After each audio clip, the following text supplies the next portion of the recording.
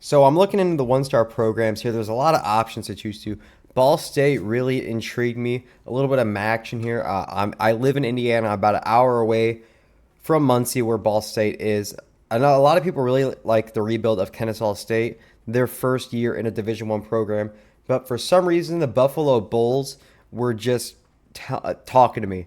They're only at 73 overall. They're amongst the lowest. I actually believe they are tied for the lowest overall in this entire list. So that drew me, and as I kind of like, they're in the MAC, which I love the MAC, and I like the color scheme. I don't know, that blue just talks to me a little bit. I am going to be building a head coach from scratch to make the rebuild a little bit difficult.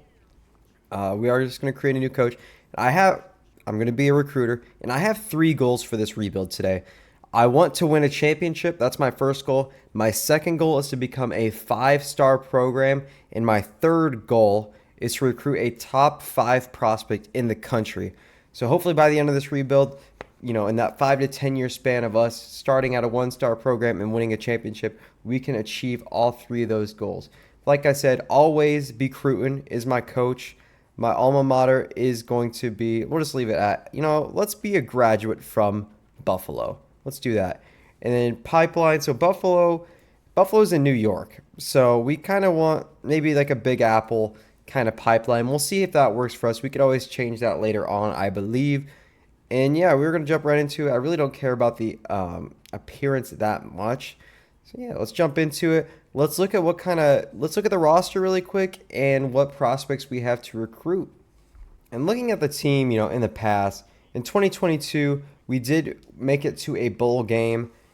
I believe or was it? I guess it was the MAC championship. They lost to Ball State on like the craziest, not flea flicker, lateral play at the end of the game I've ever seen. If you've never seen it, check it out. Like fans are storming the field while the ball is live. It's just an absolute chaos. 2022, the Buffalo Bulls were pretty decent. I believe they had Jarrett Patterson, who did end up making it onto the Washington Commanders. I don't think he's still there, but he was really, really good at Buffalo. Last year, we went 3-9, which is the worst record they've had since 2016. So hopefully we can turn that around. We're going to go ahead and sign the contract. Always, I guess it's always be Cruton. And yeah, let's scope out the roster really quick here and see what our biggest needs are. So we have a quarterback that's a senior, and we don't really have any good, quarterback prospects, you could say. Richie Watts is a sophomore redshirt who's 67 overall. Not really interested in him. So quarterback's going to be a big, big get for us this offseason. Actually, go ahead and move my camera really quick. Get it on out of here so we can see. We have Jaquez Barksdale, who's also a senior. So really don't have much of a running back as well. We have Lamar Sperling, who's a 71 overall halfback. Not really interested in him, but he could be somebody that, carries the load for just a couple of seasons for us. Wide receiver wise, we do have a couple younger guys in Chance Morrow and Nick McMillan. But like I said, nothing great at all. Tight end, we don't have much besides Jake Orlando. So pretty much every position I've gone through so far is a position of need. We don't have like a freshman or sophomore that really looks like they can take this program to the next level in 2 or 3 years from now. So we are pretty much going to be recruiting from a fresh slate. Every single position, it seems like we have a senior starting, and that is really not good. We have Charles McCartherins here, who is a 77 overall with 88 speed. He's only a sophomore, so look for him to be a big part of this defense going into his upperclassman years. Besides that, we have 4 seniors after him, and yeah, a lot of upperclassmen. Don't really love it. We have Savion Brown, who is a sophomore free safety, 76 overall. Look for him to be a part of the defense going forward. And that's really about it. We don't even really have much of a kicker, but we do have a punter that's 65 overall. So the roster is not looking great. And then last thing I want to do is, let's set up the big board here and talk a little bit about our recruiting strategy. So I took a few minutes, got my board set, and I do have what I believe to be a pretty sound strategy going into this. Now, I've only gone through the recruiting once. I have a dynasty. I started with Kennesaw State. I've only played through one season. But for this dynasty, I'm taking a little bit of a more, soft approach. I'm going to go really, really aggressive for quarterback. We have this Feitu Rome who is very interested in us. He's a 4-star quarterback. We're going to go really, really hard for him. But besides that, we're going to be pretty passive, building up the depth of our program. There's a couple 3-star guys I added that we'll get into in just a second. But unless they have a lot of interest, most of the prospects we're going for are 2 or 1 stars that have a lot of interest in us that we won't have to put a lot of scouting hours into in order to get. So let's get right into those prospects and I'll show you who we're looking at. All right, starting out with the quarterback, we have a 4-star that I just mentioned. We're going to go ahead and send him a scholarship, of course. You really want to send scholarships to every single person you can. We are going to scout him. He is a gem.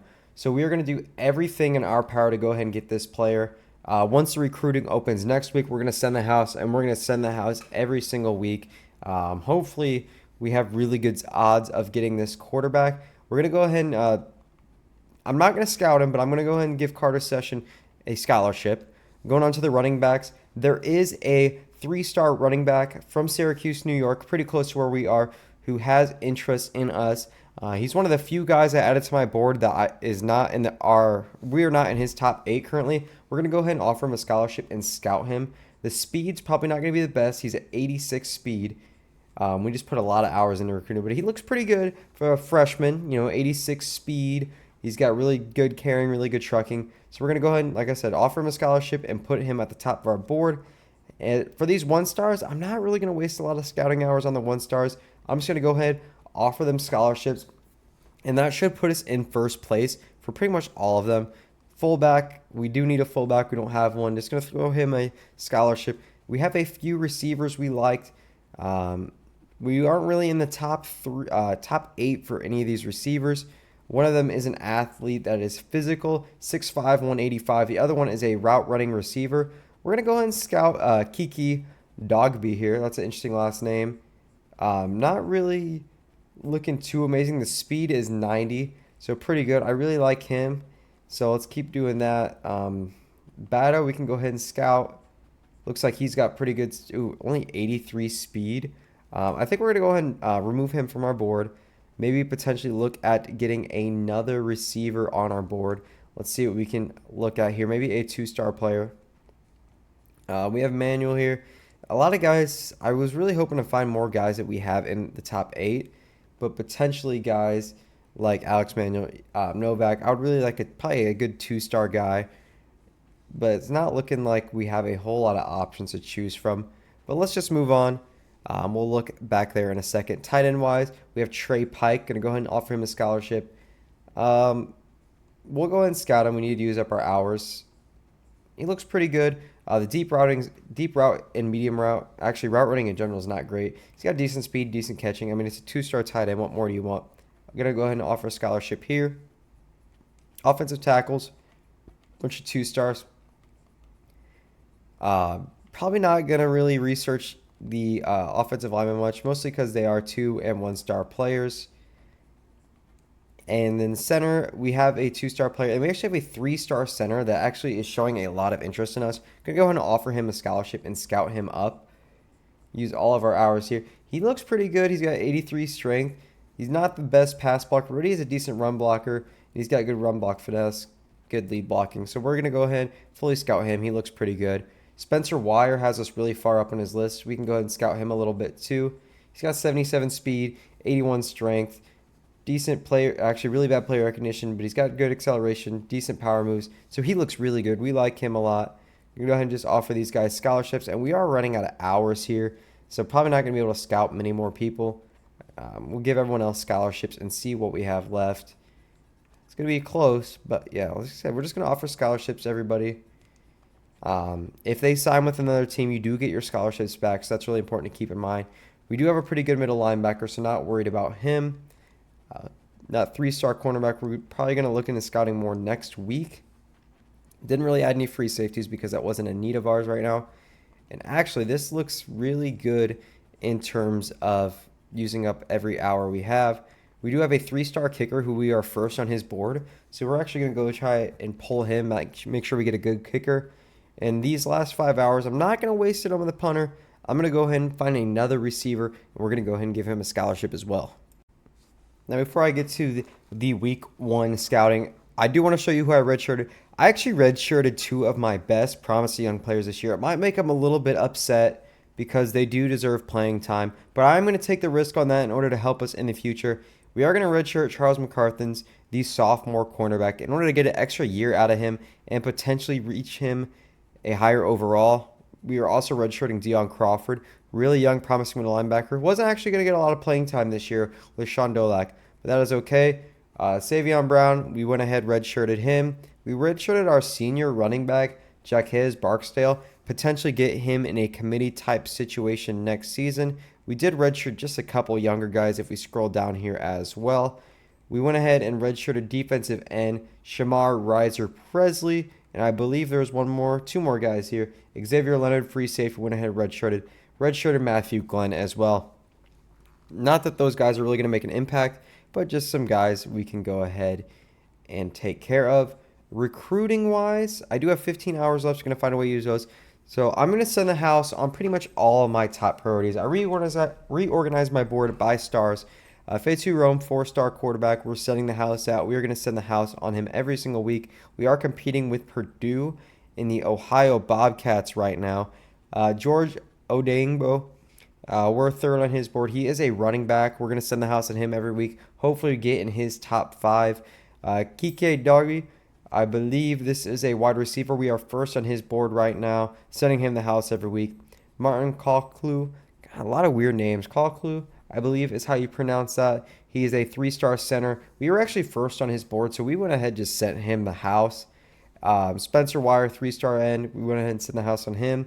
Trey Capra, went ahead and sent the house on him, scouted him. He's a little bit slow, but he looks pretty good. Competing with Minnesota from the Big Ten, and then rival Ohio, and then kicker. We were first on his board, so we went ahead and invested with him. We didn't send the house, but we're going to chat it up with his friends and family, give him a scholarship, see what we can do with that.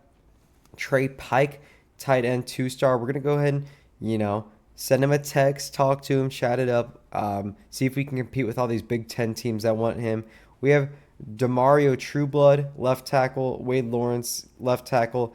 Jason Charleston, Deacon Pinter, Antonio Cloud, Jaquez DeValve, Pat Simmons, TJ Abram, Ezekiel Daly, and Tobias Britton. I think out of all these players, I want to invest in my interior line. We already have him in second place, so we're going to go ahead and just DM him, search him up on social media, use all these hours up, and potentially get him to his top 8 cutoff and get him to the top of the board. We're going to go ahead and sim. We're going to go through the schedule. I'm probably going to sim around till we start our conference play, and I will make a stop if we get any commitments. We did make it to the bye week. We are 3-2 on the season so far.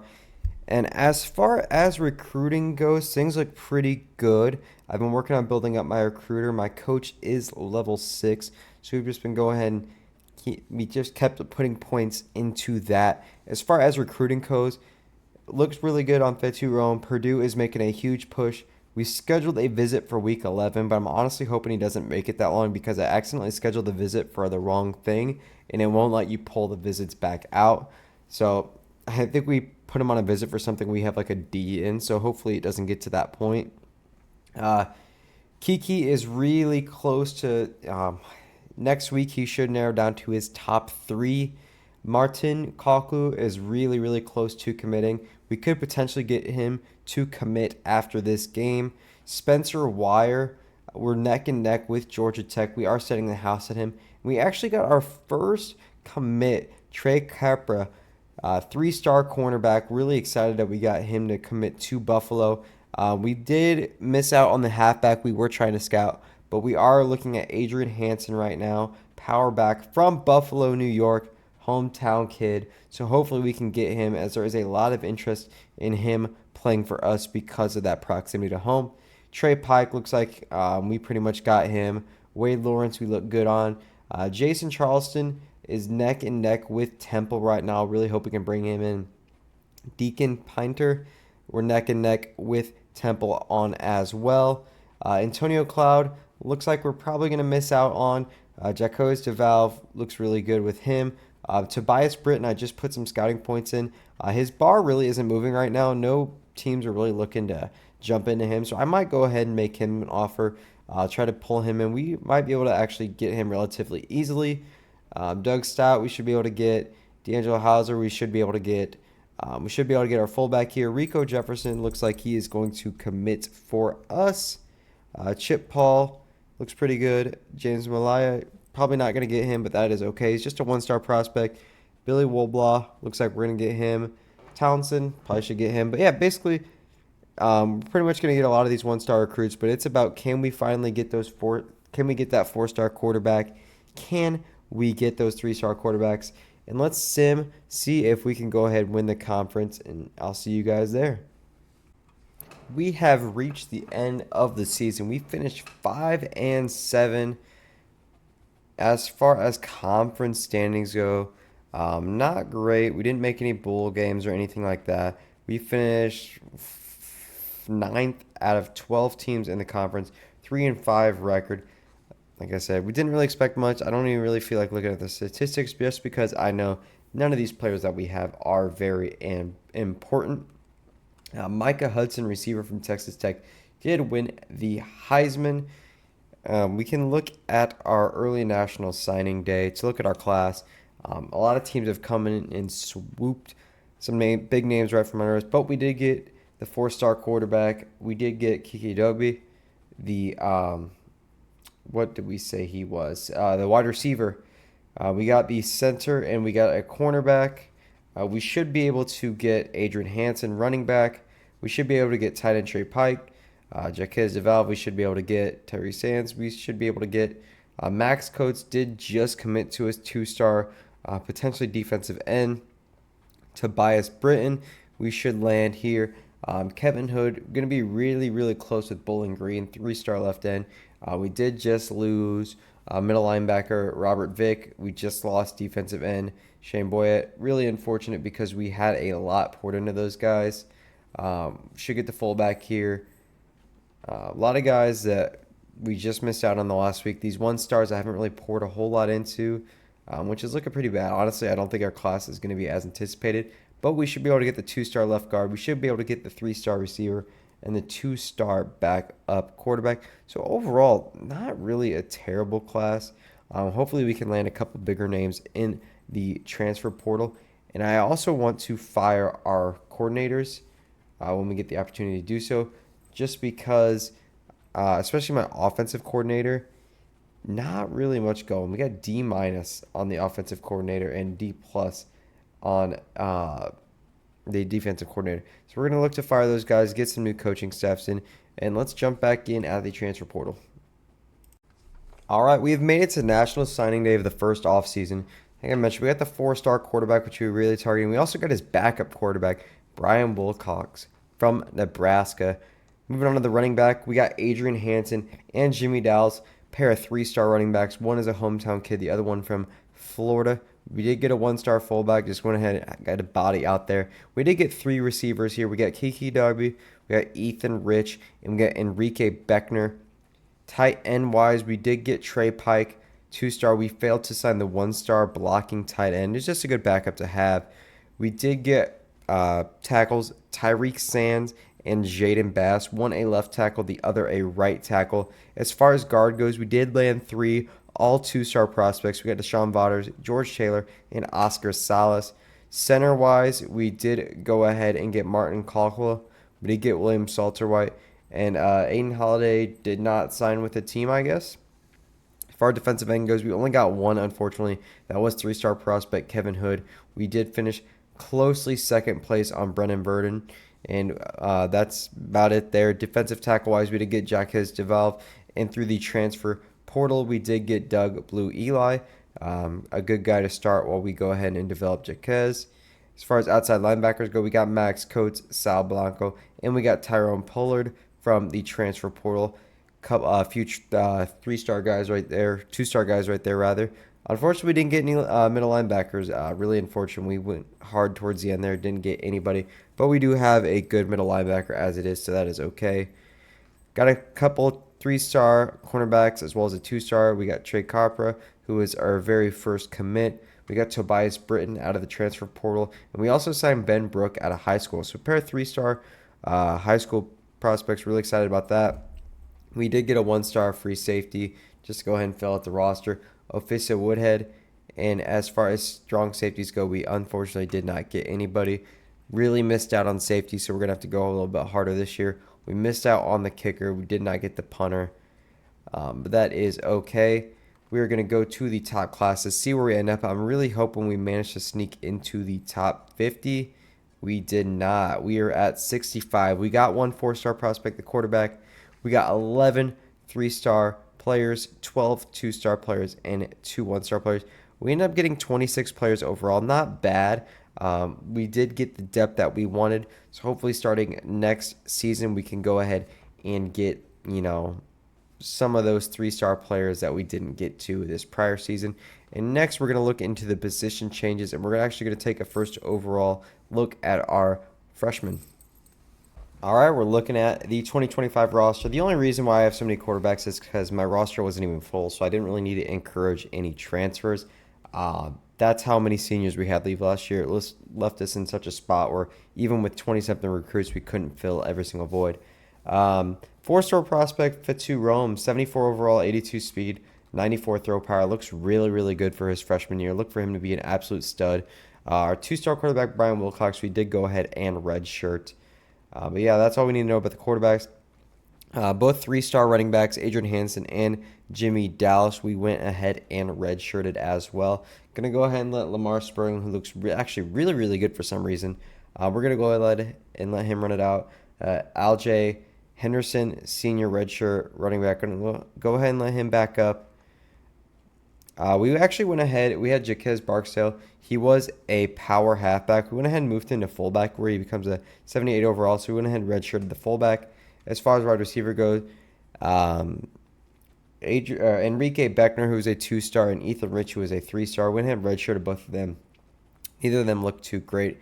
But Kike Dogby looks really, really good. So we're going to go ahead and keep him on the roster. Tight end wise, we went ahead, Trey Pike, we redshirted him.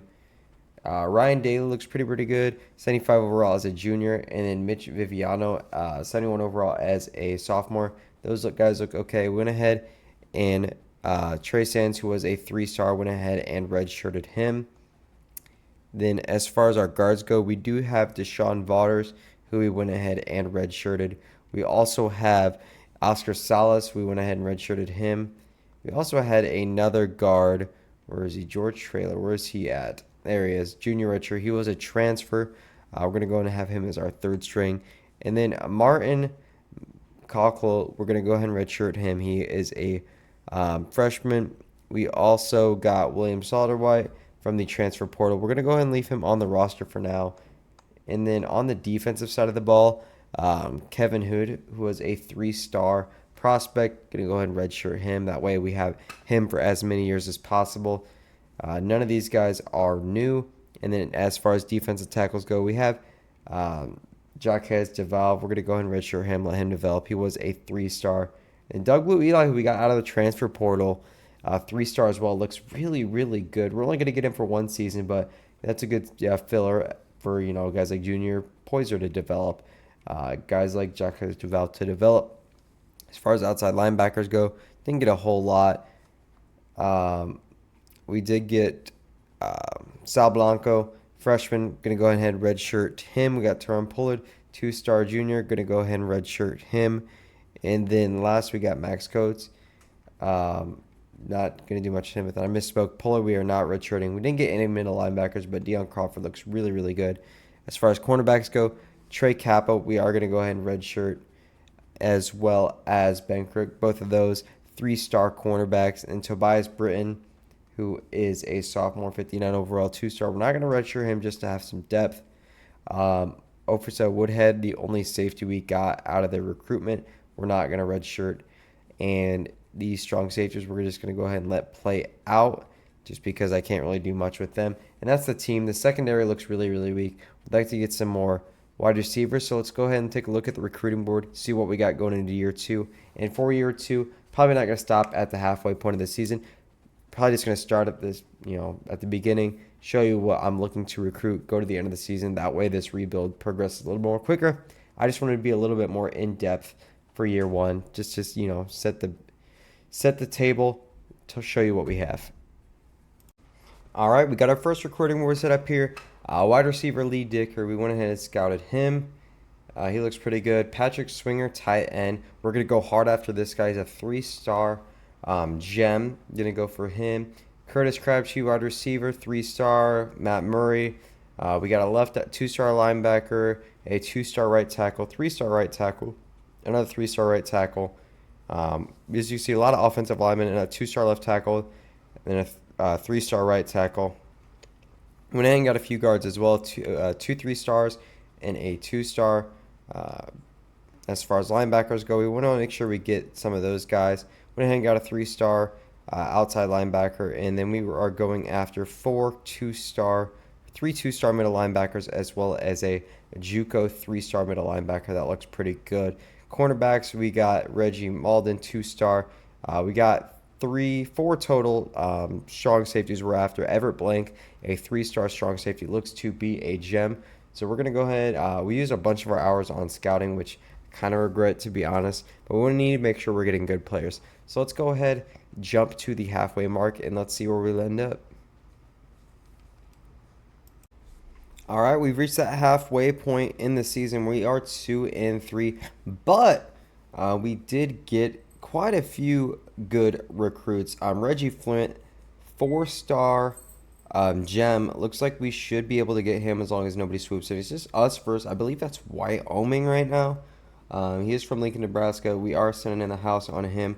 He is in his top 5, so we're probably going to look to go ahead and sell for him. We got 3-star gem Patrick Swinger, vertical threat tight end. Really like the looks of him. Ronald Krause, right tackle, 3-star. We got him to commit pretty early as well. We got Everett Blank, 3-star gem. Got him to commit. We got Curtis Crabtree, wide receiver. Got him to commit. And Steve McHutchinson, 3-star tackle. Got him to commit. So a couple really good tackles. We got a really good strong safety. And we should be able to get 2 really good receivers and a tight end. So we had a really good running back, really good quarterback, couple really good receivers here. I think we're going to start to put a lot of focus on the defensive side of the ball, and hopefully, by next season, we can start to really shape this team up.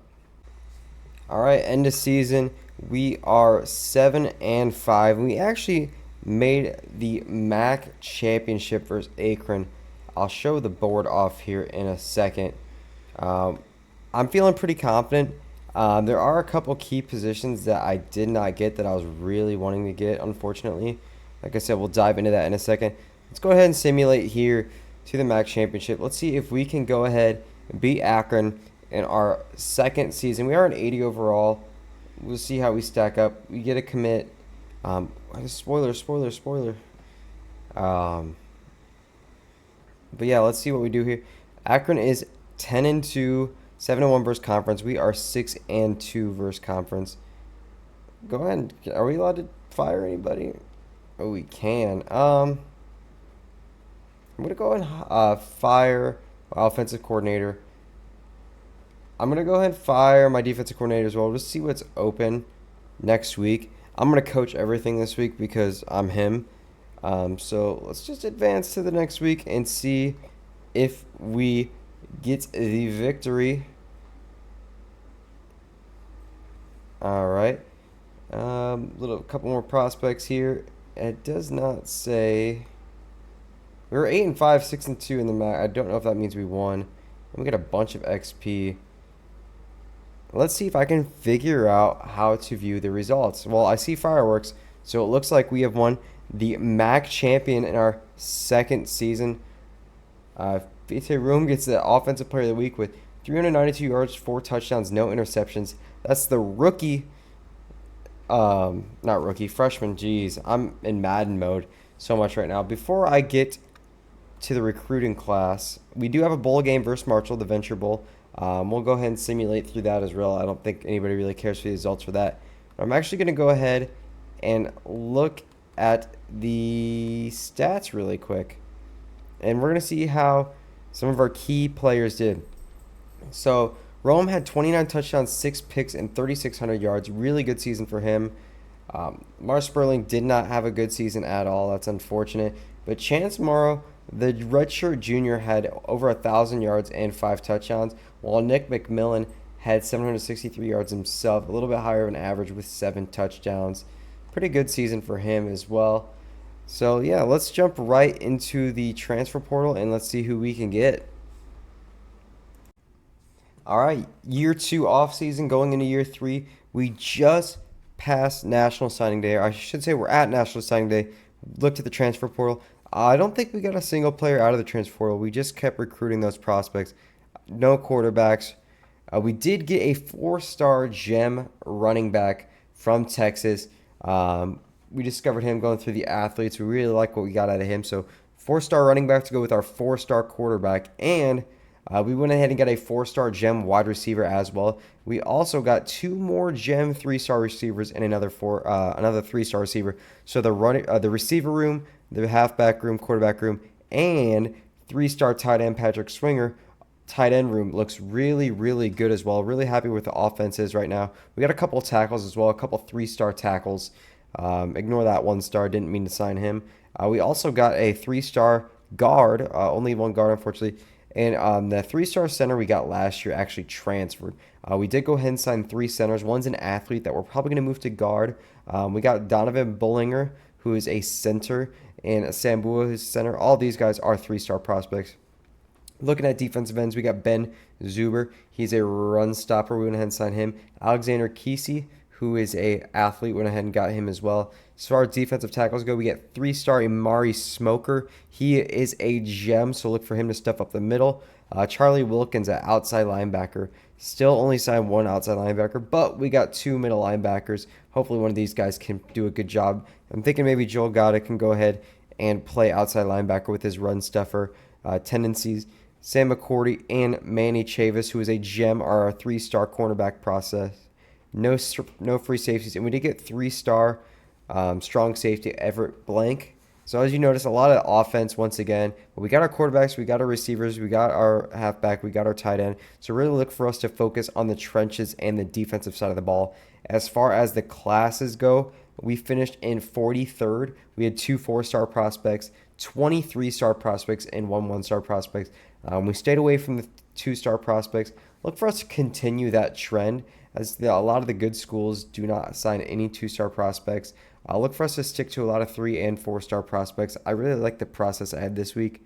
And to finish with a top 50 class with only 450 scouting hours, I thought it was a pretty good job. And let's dive right into year 3 and see how we can improve there.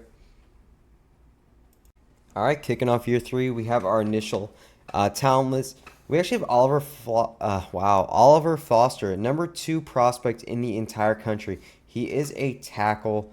We went ahead and scouted him. He looks pretty good.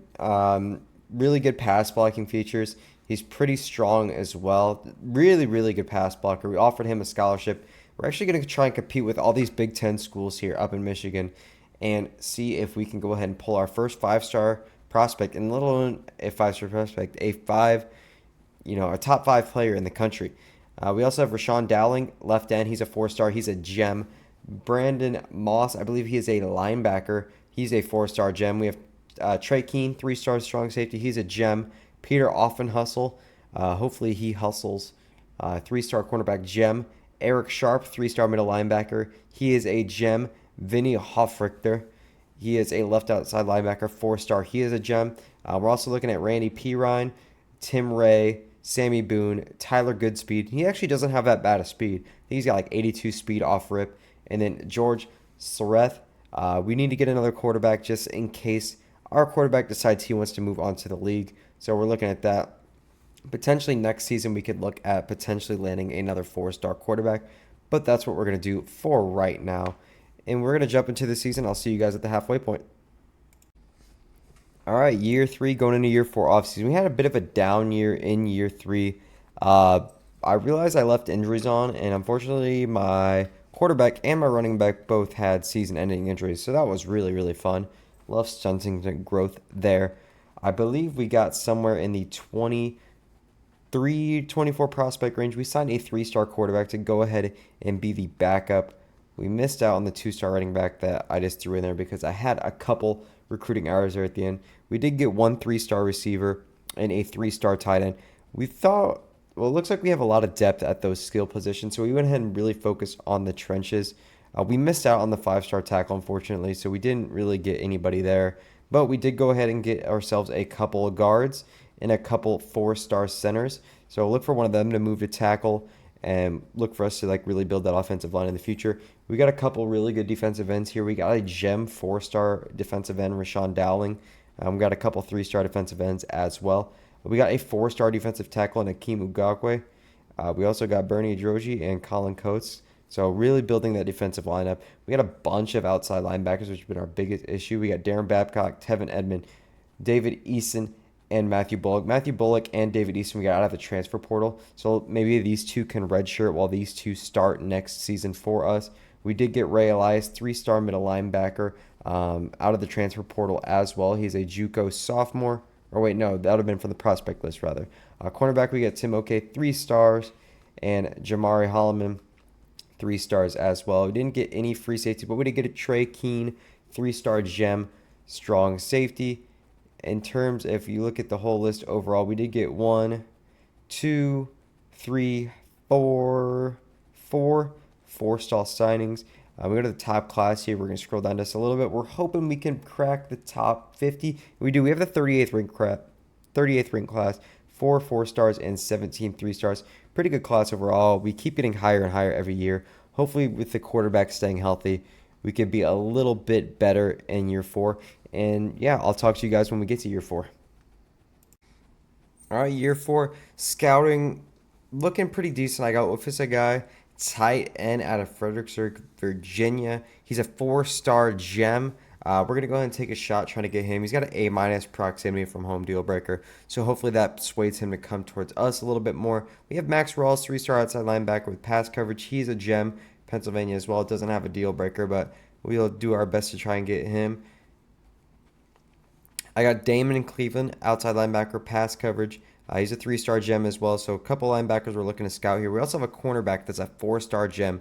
Really going to focus on getting him and Guy. We also have Frank Barrymore, 4-star quarterback. He's got 95 throw power, 96 speed, and he's got really good accuracy. So look for him to be the quarterback of the future. We're going to go ahead and pour a lot into him just because our quarterback is going to be a senior next year. So if we can go ahead and get this guy redshirted, he will be a freshman starting quarterback by the time our quarterback graduates. And then, yeah, we have another quarterback. Then we got a 4-star receiver that looks pretty good. We've just got quite a few receivers. Try to get 1 or 2 there. We got Jeremy Session, who is a tight end. He looks pretty good. We got Manny Harris and Dave Dempediero. They look pretty good. Pretty good inside guards. We have Josh Marquez, linebacker. TJ McGinnis, middle linebacker. So a lot of 4-star recruits on here. We do have Pat Federowitz, athlete. He is a linebacker. We're going to go ahead and try to get him. Cordell Smith, cornerback. Blaine Osborne, cornerback. Quite a few cornerbacks we scouted here. Is a pretty big need of ours. So any of these guys don't really make it to the top 8 right away. Look for us to jump all over them. We have Rashawn Hasty, who's a 5-star free safety. He was in our pipeline. He's got some interest. So we're going to go ahead and put him on top of our board and really look to focus on him as well. Could be our potential first 5-star of this dynasty. And then, yeah, the rest of the recruits, just some quarterbacks and safeties. We got 32 out of 35. We offered 18 scholarships. And we're going to jump into the mid-season area. We're going to look at the board, see if we can get some good players. Mid-season mark, we are recruiting. We're 5-1 on the season, playing much more like my expectations. We did not get the 5-star free safety prospect. He was interested, but then he had a deal breaker, and it just didn't work out. Kind of like Tavares Hardwick. We're still staying strong on. We got to get that playing style up just a little bit more, and hopefully we can get that. We got 4-star right guard Manny Harris. Pretty stoked about that. We got Max Rawls, left outside linebacker. That's a 3-star. And then Office guy, who is a 4-star. Both of these are gems. We're hoping to get Pat Federowitz. That one's going to be really, really close. UMass and I are neck and neck. I'm assuming he's going to go to UMass, but you never know. Badaro Okonkwo, quarterback. We're hoping we can get him to be our next quarterback. Session I'm keeping an eye on. I might sign him. He is an athlete. He is a tight end, but you never know. He's got some versatility. Maybe he could play somewhere else. Blaine Osborne. We just got taken over there. Not looking like we are going to get him. Martin Punga, quarterback, did not commit to us. Might make a run at McGarahan here. Marshall's not pulling away very much like they should be. Josh Kemper, nobody's really going for him. Willett, same, nobody's really going for him. So might make a run at one of these wide receivers. We are going for Joey Boyce. Nobody else is. So we're going to keep going for that. We just don't have the hours I would like. If I had more hours, I would scout more of these prospects, look for more gems. But unfortunately, that's just not the case right now. And a lot of these other players aren't really getting, bid on right now. So we're going to keep a close eye on them, potentially bid on some guys like that. And yeah, team's looking really, really good now. We're first in the MAC. Like I said, 5-1 overall. The only team we lost to was like number 3 ranked Michigan. So pretty good there. Hopefully we get our team prestige up. We can get more recruiting hours for next season. And the reveal. Ooh, we lost by 5. Bummer. Breaking news. Cure Bowl. Southern Mississippi Golden Eagles versus the Buffalo Bulls. 10-3 versus 10-3. Let's go ahead and look at the early National Signing Day. We're not loving our class so far. We got a 4-star tight end that is pretty much the star of the class. We got a 3-star, and then a 4-star right guard, 3-star quarterback, 4-star middle linebacker, 3-star left guard, 3-star cornerback. We should be able to get this JUCO corner as well as this quarterback. We did not get Shamir Newton, who we really wanted. Anthony Rhodes looks like a really good get for us if we can land him. He's a 4-star. Oh, check this out. Any day now. 100 speed. So he looks to be amazing. Zeke Butts. Love the name there. And then the rest of the squad. Ben Ramos. Maybe we can go ahead and get him a little backup right tackle. And then, yeah, the class doesn't look amazing, but hey, we'll take it. It's all about what we can do in the transfer portal. Not really care to look at job offers. I think I like the way our staff is. So let's go ahead and advance the week. See if we can beat Southern Miss in our bowl game. First bowl win for Coach Scouter. Let's see what we can do here. Did not get a lot of XP, which does not give me a lot of hope that we won that game. Let's see if we ended up beating Southern Miss. And we did not. We got whooped. So we lose our conference championship game. We lose the bowl game, but we took a good step in the right direction. 10-4 on the season. Let's go ahead and check out the transfer portal, see who we can land, and I'll catch you guys on the other side of the transfer portal.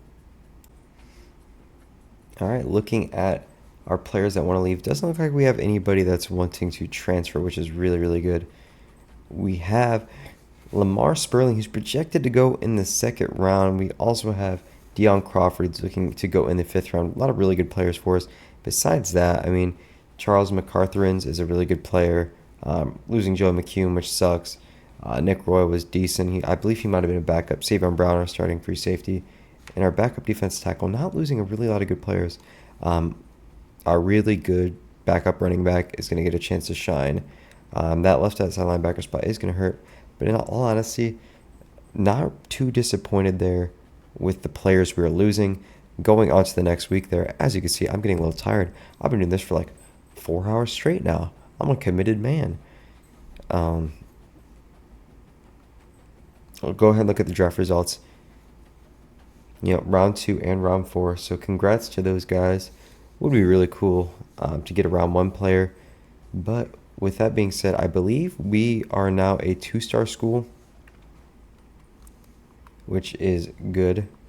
Let's go ahead and go to my school here. We are 10-4. Our championship contender is B+ now. Our pro potential is B now that we got a 2nd round pick. Coach stability is really good. Coach prestige is good.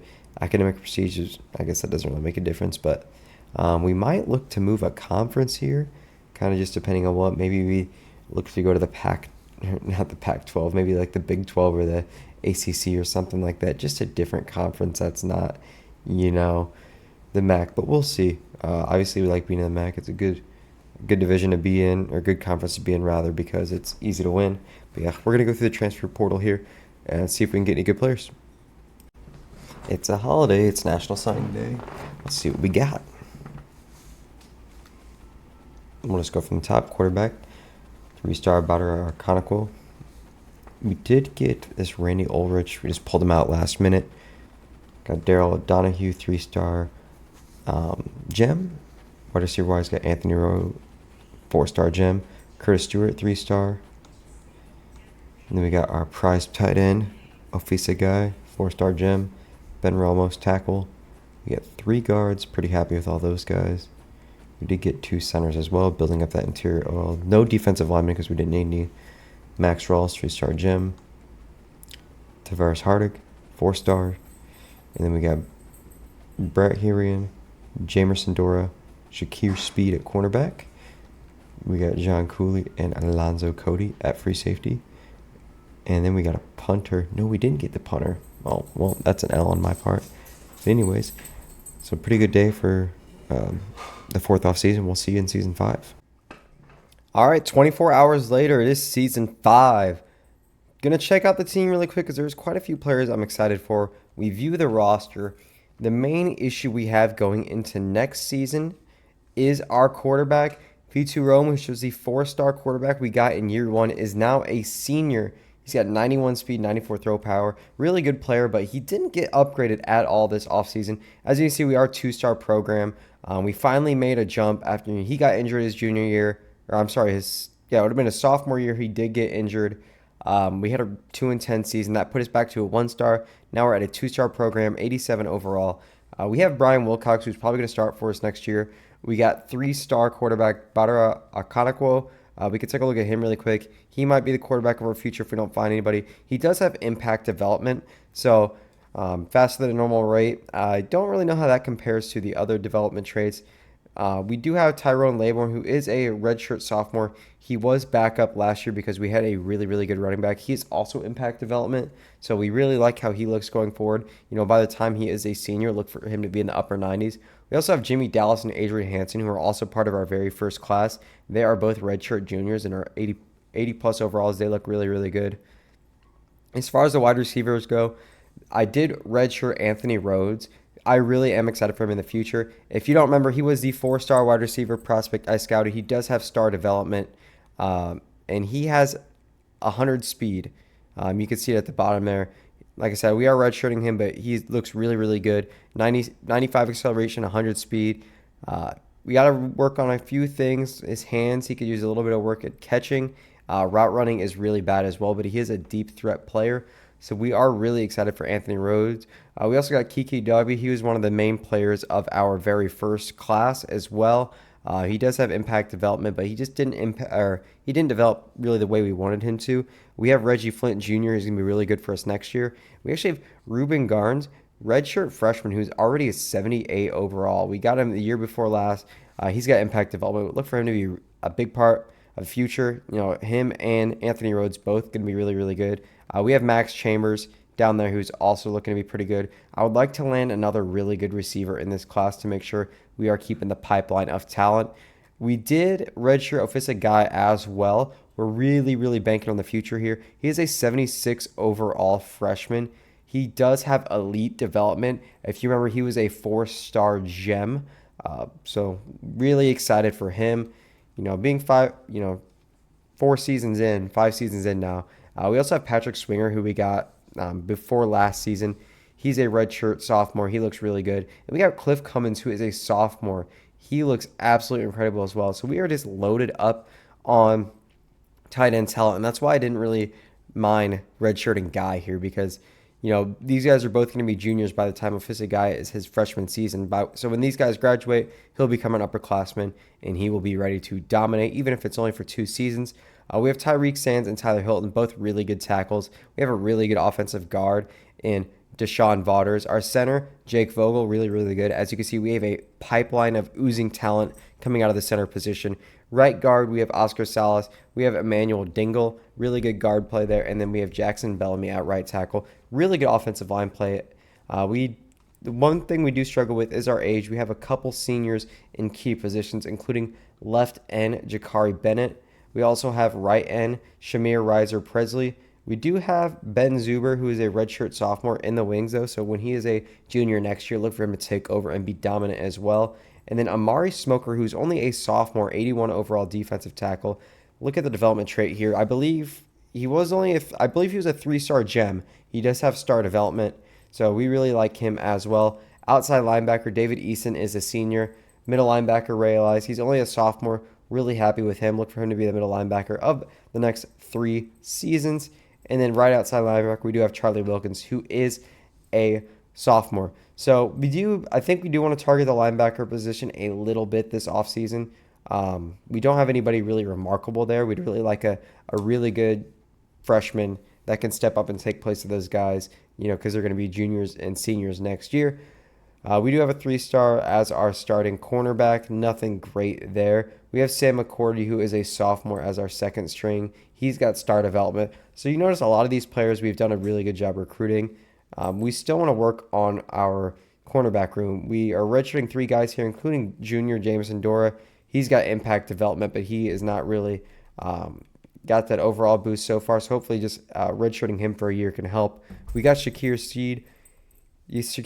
He is a normal development sophomore.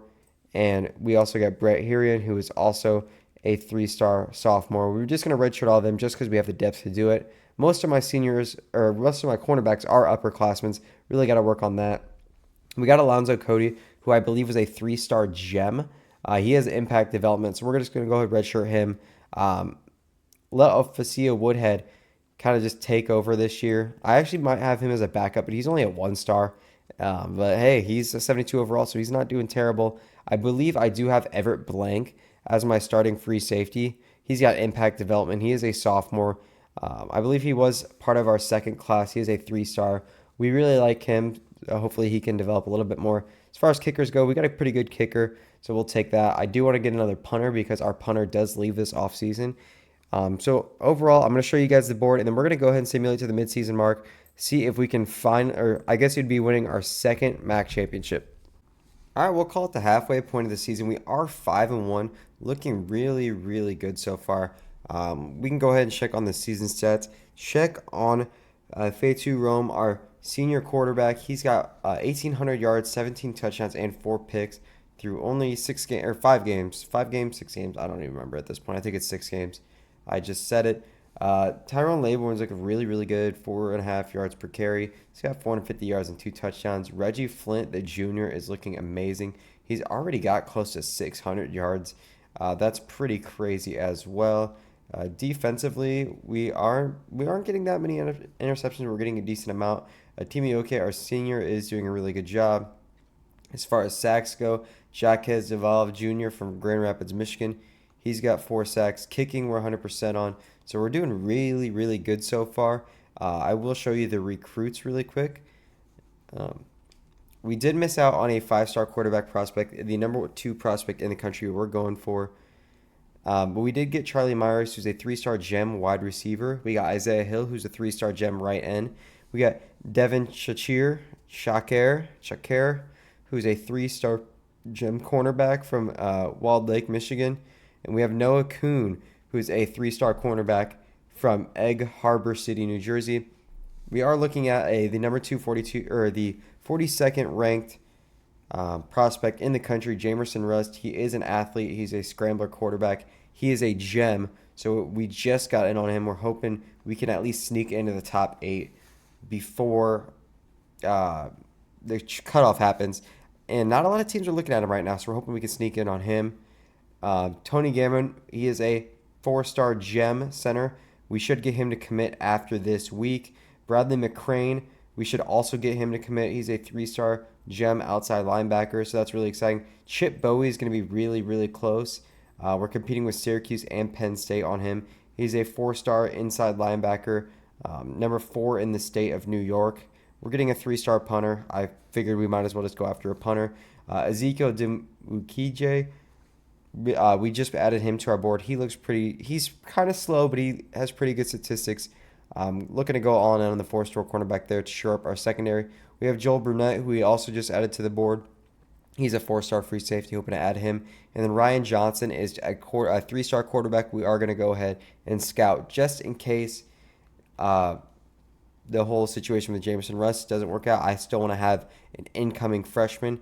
And we're going to actually go ahead and simulate to the rest of the regular season, see where we end up, and see if we can somehow finish in the Heisman race somehow.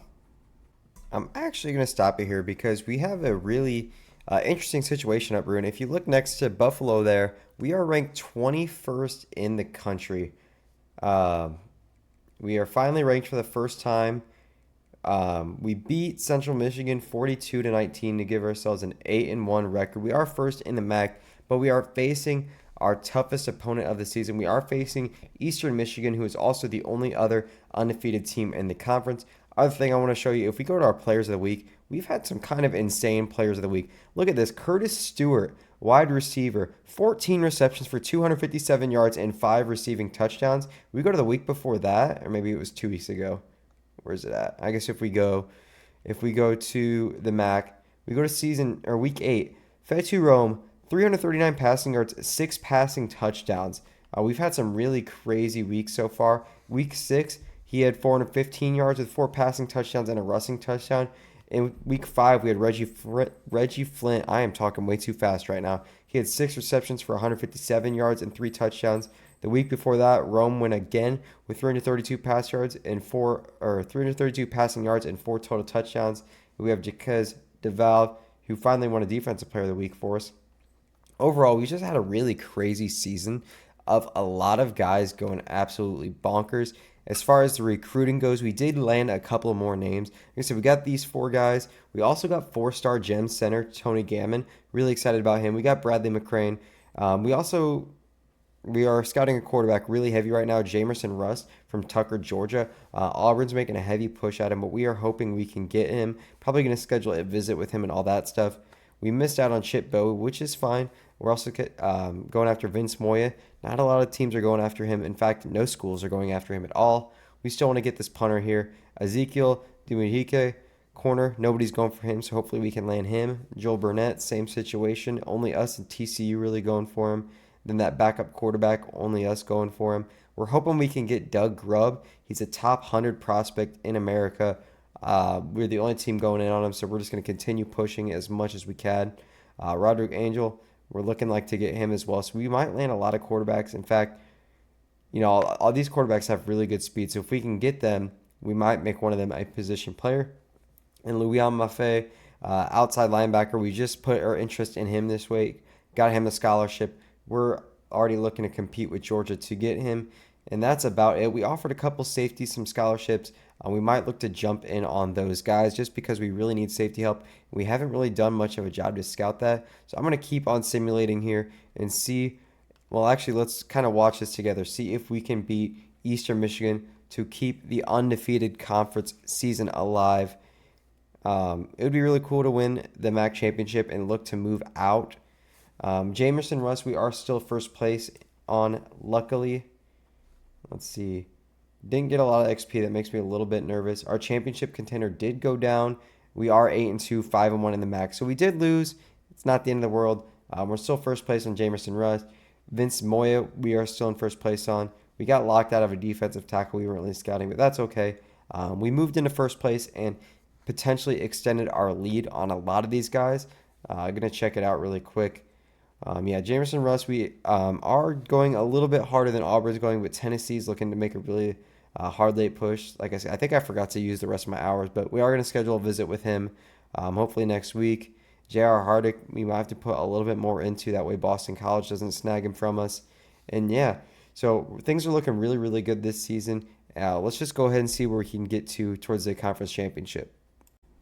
We did it. We got a 4-star quarterback prospect, Jamerson Russ. He was top 10 in America. We're still working on that punter, but that's really the only guy who made progress. I'm really surprised we committed. It was really close to Tennessee and Auburn. Let me actually see if I can go ahead and pull that up. We scheduled a visit with him. We poured a lot of assets into him, but I'm very, very happy we got here with him. Like I said, he's number 42 prospect in all of America. We landed him. That's our 7th prospect so far. If we go to the recruiting class, I'm not sure where we'll be. We are not even in the top 50. Not even in the top 70. Actually, we are 70th. 2 4-star prospects and a 3-star prospect. That just opened up a lot of hours for us. One thing I did notice, becoming a better team, we went from having 350 hours to 450 hours. So that's a big reason why we've been able to pour into these prospects. So we're going to go ahead and make sure we get all the guys we need. We're going to try to land more prestigious prospects, and hopefully those guys, especially, hopefully work on the defensive side of the ball a little bit more, and hopefully some of these guys can lead us to the promised land. We are in the conference championship. We did lose our last game to, I believe, Miami, Ohio, who's like really bad, and we were actually in the top 25 again, but unfortunately we lost to one of the worst teams in our conference. As you can see, they finished 7th place. So what I'm actually going to do is I'm going to hop into this Buffalo versus Eastern Michigan championship game, 87 overall versus 77 overall, and let's see if we can win our 2nd conference championship in the last 5 years. All right, jumping into the Super Sim. We're just going to jump ahead. Let's just go to the change possession. We get the ball, or they actually get the ball first.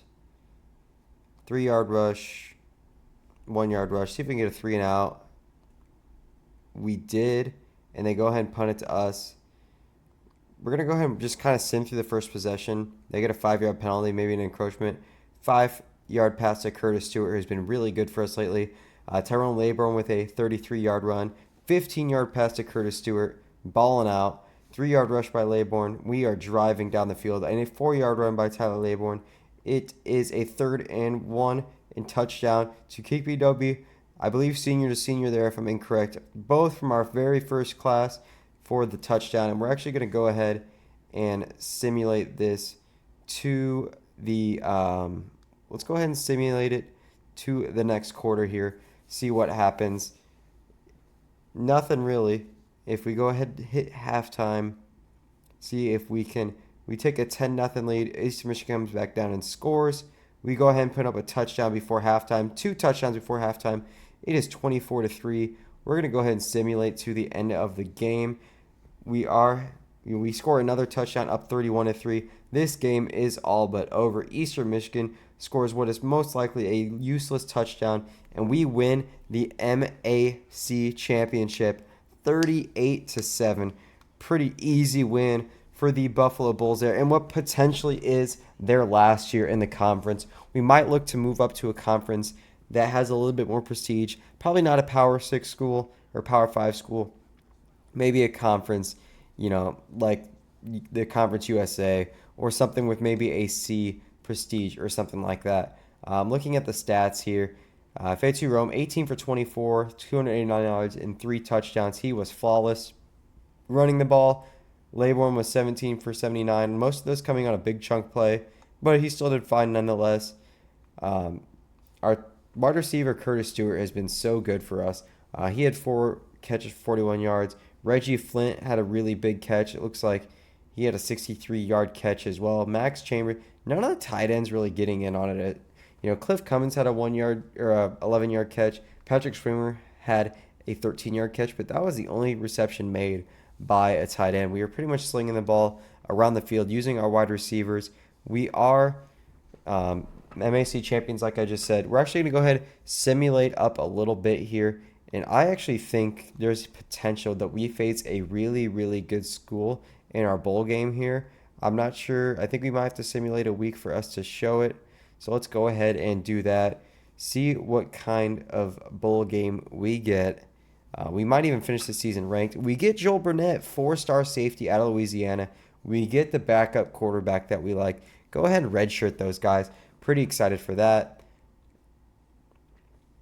Program tradition went up, brand exposure went up. Those were at D+. We finished the season 10-3. We are first place for a middle linebacker. We are trying to get in on some of these guys. We kind of were out of scouting points there, but hopefully build some depth up in the system at this point. We got kind of the stud prospects. I think we're done going after 4 stars unless we maybe go after like one in the portal that has a lot of interest in us, but we'll see. MAC Offensive Player of the Week and Defensive Player of the Week, which makes sense because We really only had one game, but that's okay. We still dominated both sides of the ball, won the game by 3 touchdowns. Probably going to find out what kind of bowl game we're in here. Looks like we're about to get Brian Alcantara, 3-star gem, safety. We level up our coach. We got a lot of XP there. Good for Coach Al Waysby Cruton. Um, we got locked out on a couple guys. Not a big deal. We're going to go ahead and try to get some of these 3 stars like I just mentioned. See if it shows us our bowl game yet. The Heisman winner goes to Manuel Marciano. He had 1,052 receiving yards and 15 touchdowns. I feel like we might have had a better player than that, to be honest. Looks like we were facing Coastal Carolina in the Venturesville Mobile, Alabama. Not really the ideal bowl game we were thinking there. Let's see. We probably, if I imagine, we have got some good offers. We got offers from Alabama, Texas, Tennessee, LSU. Pretty excited about that. Not that I'm going to accept those jobs. We can go look at our early national signing day really quick here. Like I said, we've got a lot of really good prospects so far. If we go look at the top classes, I'm hoping we sneak into the top 50. We're at 36 right now. We have 6 4-star prospects, 7 3-star prospects. Pretty good players there. No 5 stars, unfortunately, which if you look, there's not a lot of 5 stars to go around, but these top schools got plenty of 3-star classes. I can't remember who sniped. Was it Penn State? Penn State sniped that quarterback away from us. We still have yet to get a 5-star prospect, I believe, but we've gotten quite a few 4-star gems. But anyway, we're going to simulate this game against Coastal Carolina to see what overall they are. They are a 77 overall. We are a 76 overall. We should be able to wipe the floor with them. I'm just going to hop into it, simulate the rest of the game. Let's see if we can win our first bowl game. Now jumping ahead, we're just going to go all the way to the end of the game. We're going to try to keep track of it. If I can change the speed, we'll go normal. We'll see how that is. Yeah, that's way too slow. We are up 7-0 though early on. Coastal Carolina cannot respond. We are up 14-0 at the end of the first quarter. Our offense is just so good. Defense performing really well. Also, up 20-10 at halftime. Make it 2013. We're managing to keep a 10-point lead. It is a lot closer than I'd like it to be. We actually go down by 1. We score a touchdown.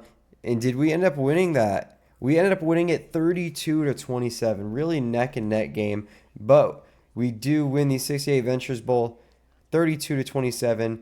Buffalo Bulls winning their very first bowl game and potentially the very final game. Actually, I guess he is a senior. He's graduating. Probably going to the NFL for Fetu Rome, a dominant quarterback. But we did get the 4-star quarterback that's top 50 in the country. We're really excited for him. Go ahead and just look at the stats super, super quick.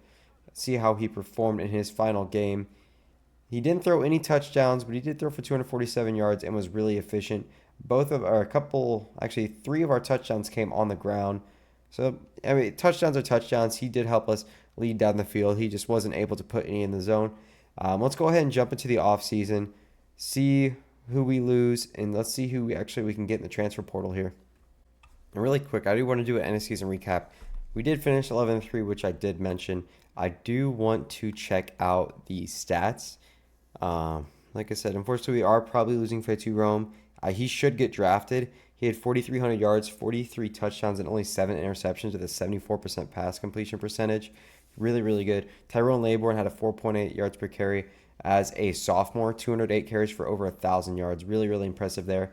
Reggie Flint, the junior, had 84 catches for 1,300 yards. Look for him to be a really big piece for us next season. Kiki W, who is a senior, had a pretty good season as well, 62 catches for 894 yards, but he is gone.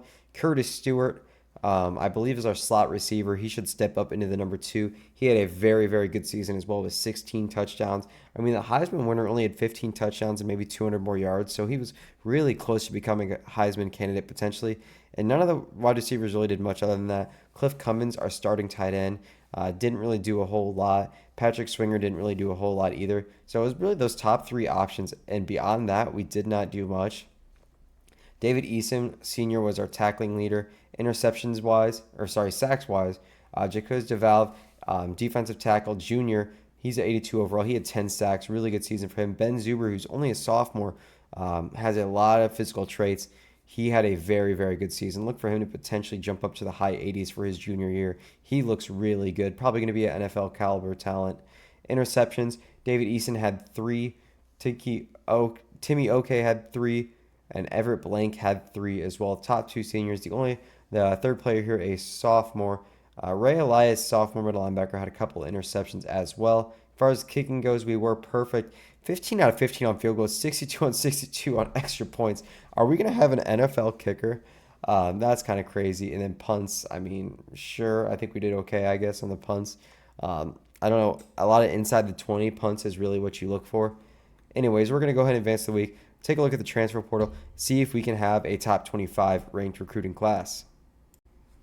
And then as far as leaving goes, we are losing Shamir Riser Presley to the draft. He didn't really do a whole lot for us as far as statistics, so he was very, very good. Losing an 81 overall right tackle. We're losing Xavier Leonard, who is awesome for us. Losing Jakari Bennett. Losing Andrew Phillips, but we do get a 3-star punter. Tyler Hilton, left tackle, 85 overall, we are losing. Ramari Taylor, we are losing. Not a lot of guys like we're super like Fetu Rome. It sucks we're losing him to graduation, but he's only an 83 overall. I really think we can do better. With this prospect we just got. Kiki Dogby sucks. He's leaving, and then the rest of the guys. Timmy OK sucks. David Easton sucks, and Jaden Ball sucks. By sucks I mean it sucks to see them leaving because they are very good players. Like only one guy projected to get drafted, and that is a round 2 projected draft pick. We'll see where he ends up. Maybe there's potential he sneaks into the first round. We do get a 2-star tight end. Just wanted to build some more depth up at that position. And we got a few guys that are really interested in us outside linebacker wise. Get a little bit more XP. And we can view the draft results really quickly here. He did get drafted in the second round. I know they're not like linked, but it is EA Sports. It would be really cool if we could see what team they got drafted to. Like, maybe last year one of our players went to the Bills in front, because they're Buffalo, same city. And so that'd be really cool to see. Oh, like he went to his hometown school or his hometown team. Just something interesting that would go in there. I know it's probably not possible because of copyright or, whatever kind of issues that may exist. But it is what it is. We're going to go ahead and jump into the off-season recruiting portal, show you what kind of players we got. All right, wrapping up the 5th off-season National Signing Day. Jumping into that, we're going to go position by position. We did offer all 35 of our scholarships out. We had 35 total people on the board. I don't think we got everybody, but hopefully we can manage to have a class of 30 plus. Jamerson Russ is the highlight of the class, quarterback. Hopefully, we might end up redshirting him this year, but hopefully he is our guy of the future from Tucker, Georgia. Scrambler quarterback. He's got really good stats. I don't know why it says 0% scouted. Okay. So he's got 92 speed, 92 throw power, really good accuracy, really good short, really good medium, good throw on the road, good break sack. Out of the gate, he's really, really good. We got Ryan Johnson to back him up. Halfbacks, we did go ahead and sign a couple guys out of the transfer portal. Just literally in the last week, we went ahead and jumped on them. Don't know anything about them, but they are 2 3-star running backs, and we had to use our scouting points on something. Tobias Dunbar, our fullback, we ended up getting him too. Just a 1-star body to go ahead, fill out the roster a little bit. Wide receiver guys, I tried to go after Orgy just because he had a hilarious name. Did not get him, but we did get Charlie Myers, 3-star gem, and 4-star Vince Moya. Pretty happy there. I believe I scouted him and he looked, oops, we're going to ignore that. I believe I scouted him and he looked pretty good. Yeah, 90 speed. The route running isn't the best, but everything else is in the 70s, for a freshman in high school. It's not bad. He might end up redshirting this year. Tight end, we did get a 2-star and a 1-star tight end just because we wanted more depth at that position. We got Matthew Morris, 3-star left tackle. We did not get Brandon Humphreys, but that is okay. We got Antoine Posey, 3-star right guard. We got 4-star gem Tony Gammon. Center, he's probably our second best prospect we got in this class, 34th in the nation. So technically, he is the best prospect in the nation that we got. But obviously, we want the quarterback is a lot better of a prospect to sign. And we got Manuel Luck just to get a little bit of depth. Isaiah Hill, 3-star gem, went ahead and got him. Kadeem Whiteheart, 3-star defensive tackle, got him. We also got Charlie Spitz as well. I think we only got like 1 or 2 players out of the transfer portal, to be honest with you. We did get Bradley McCray, and we got him earlier in the season. And we ended up getting Ty Lloyd there at the end. We got Grubb and Dog. Really excited for them. One of those is a 4-star, the other a 3-star. Doug Grubb, another top 100 prospect in the entire country. We also got Devin Chachiri. I really don't know how to pronounce that, but pretty good prospect there, 3-star gem. We got Noah Kuhn, who's a 3-star gem. Ezekiel Demukeje, he's a 4-star. Really excited about him. We didn't get Shaquille Uzama, just trying to fill out the roster there. Free safeties, we ended up sending 5 safeties total. We got Joel Burnett, 4-star. Brian Alcantara, 3-star. Troy Stacey, 2-star. Trayvon Isiela, 3-star. We went ahead and actually got all 3 of these guys in like the very last week. So we're pretty excited about that. Strong safeties, we get Dwayne Bryant. So we got 6 safeties overall. We tried to get a kicker just to have one. Didn't, but we did get 2 punters, J.R. Hardwick and Bryce Dickerson. J.R. Hardwick being a 3-star prospect. So overall, we did get 31 prospects. I'm looking for us to have a top 25 class. We'll see if we pull that out or not. We did not, but we did finish 35th. We got 6 4-star recruits, 17 3-star recruits, 3 2-star recruits, and 5 1-star recruits. We're really hoping that we have more than 450 scouting hours for this next season, and I'm really hoping we can land a 5-star prospect. We'll go through the red shirts, and we'll go ahead and look at the team going into the 5th season. And I guess I'm announcing here that we're going to be joining the ACC. I felt like that was a good conference for us to join. They have Cal, Clemson, Florida State, NC State, Miami, and Stanford all ranked.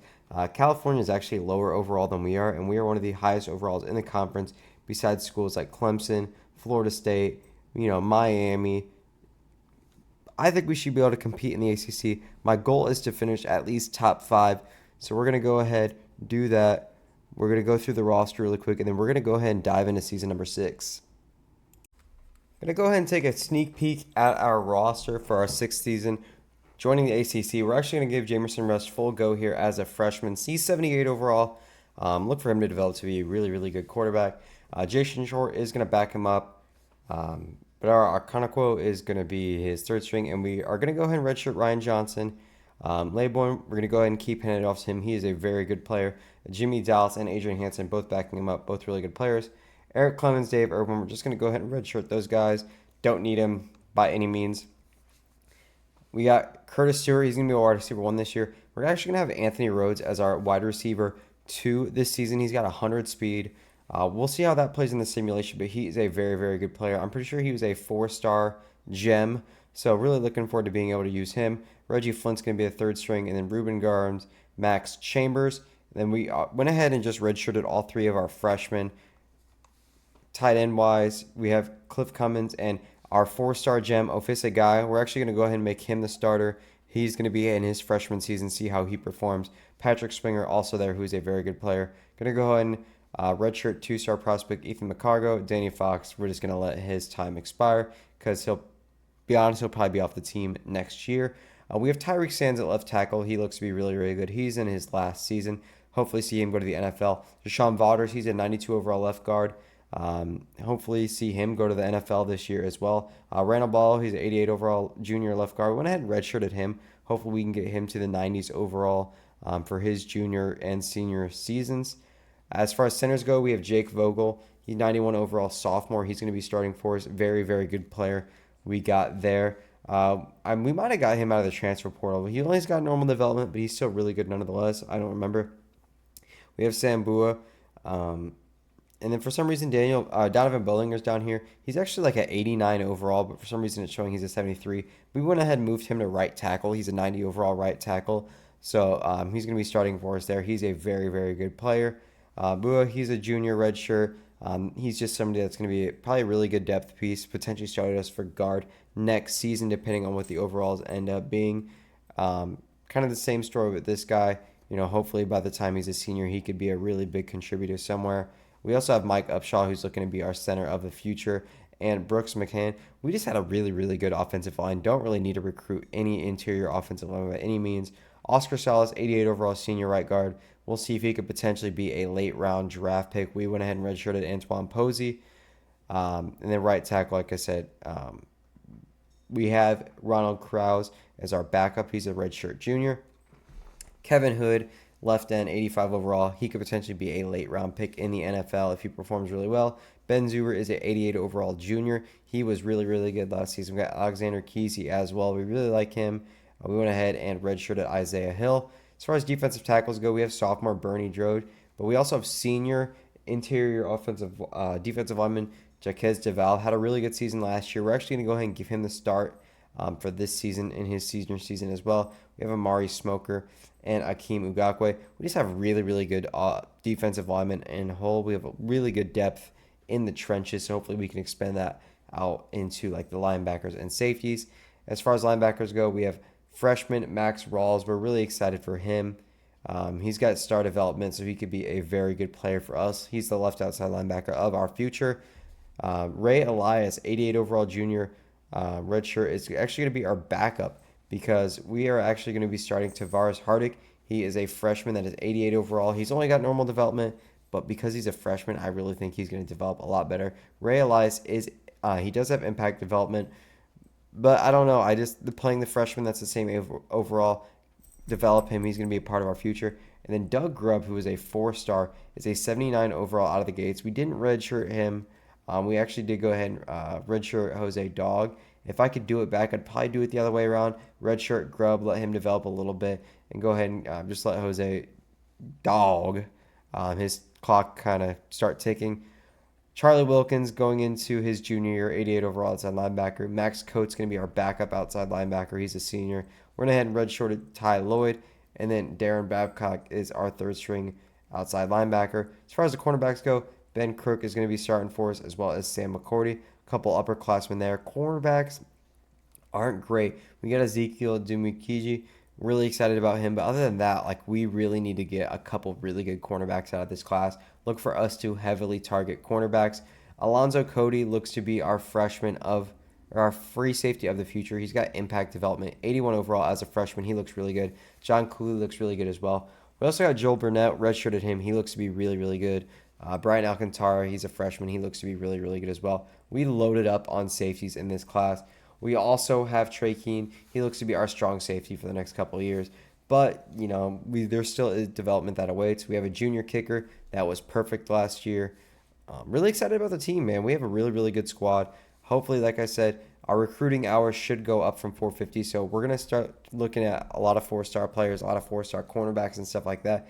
And, hopefully this season we can go ahead and maybe get our first 5-star player. Let's go ahead and look at the board. All right, we did go ahead and set up the board here. Not looking at any prospects. There is a 5-star running back we're really interested in. Number 2 in the country. I believe we do have a little bit more hours this year. He looks really, really good. Our best running back is a junior right now. So hopefully we can go ahead and get another running back. If we can't invest heavily into him, we're really going to look to invest in Eric Bueno. He's a 4-star running back with a gem. We might honestly look to go into him more than Jared Lennon. It really just all depends on the schools that are interested with him. A couple other running backs we're going to look into if those two don't work out. As far as receiver goes, we have Trent Hyde, 5-star, looking into him. Stephen Magnum, 4-star gem, really going to invest heavily into him. We scouted Matt Trainer. We offered him a scholarship. Isaiah Swoop, which is funny. I went to Indiana State University, and there's a basketball player. Indiana State's best basketball player's name was Isaiah Swope.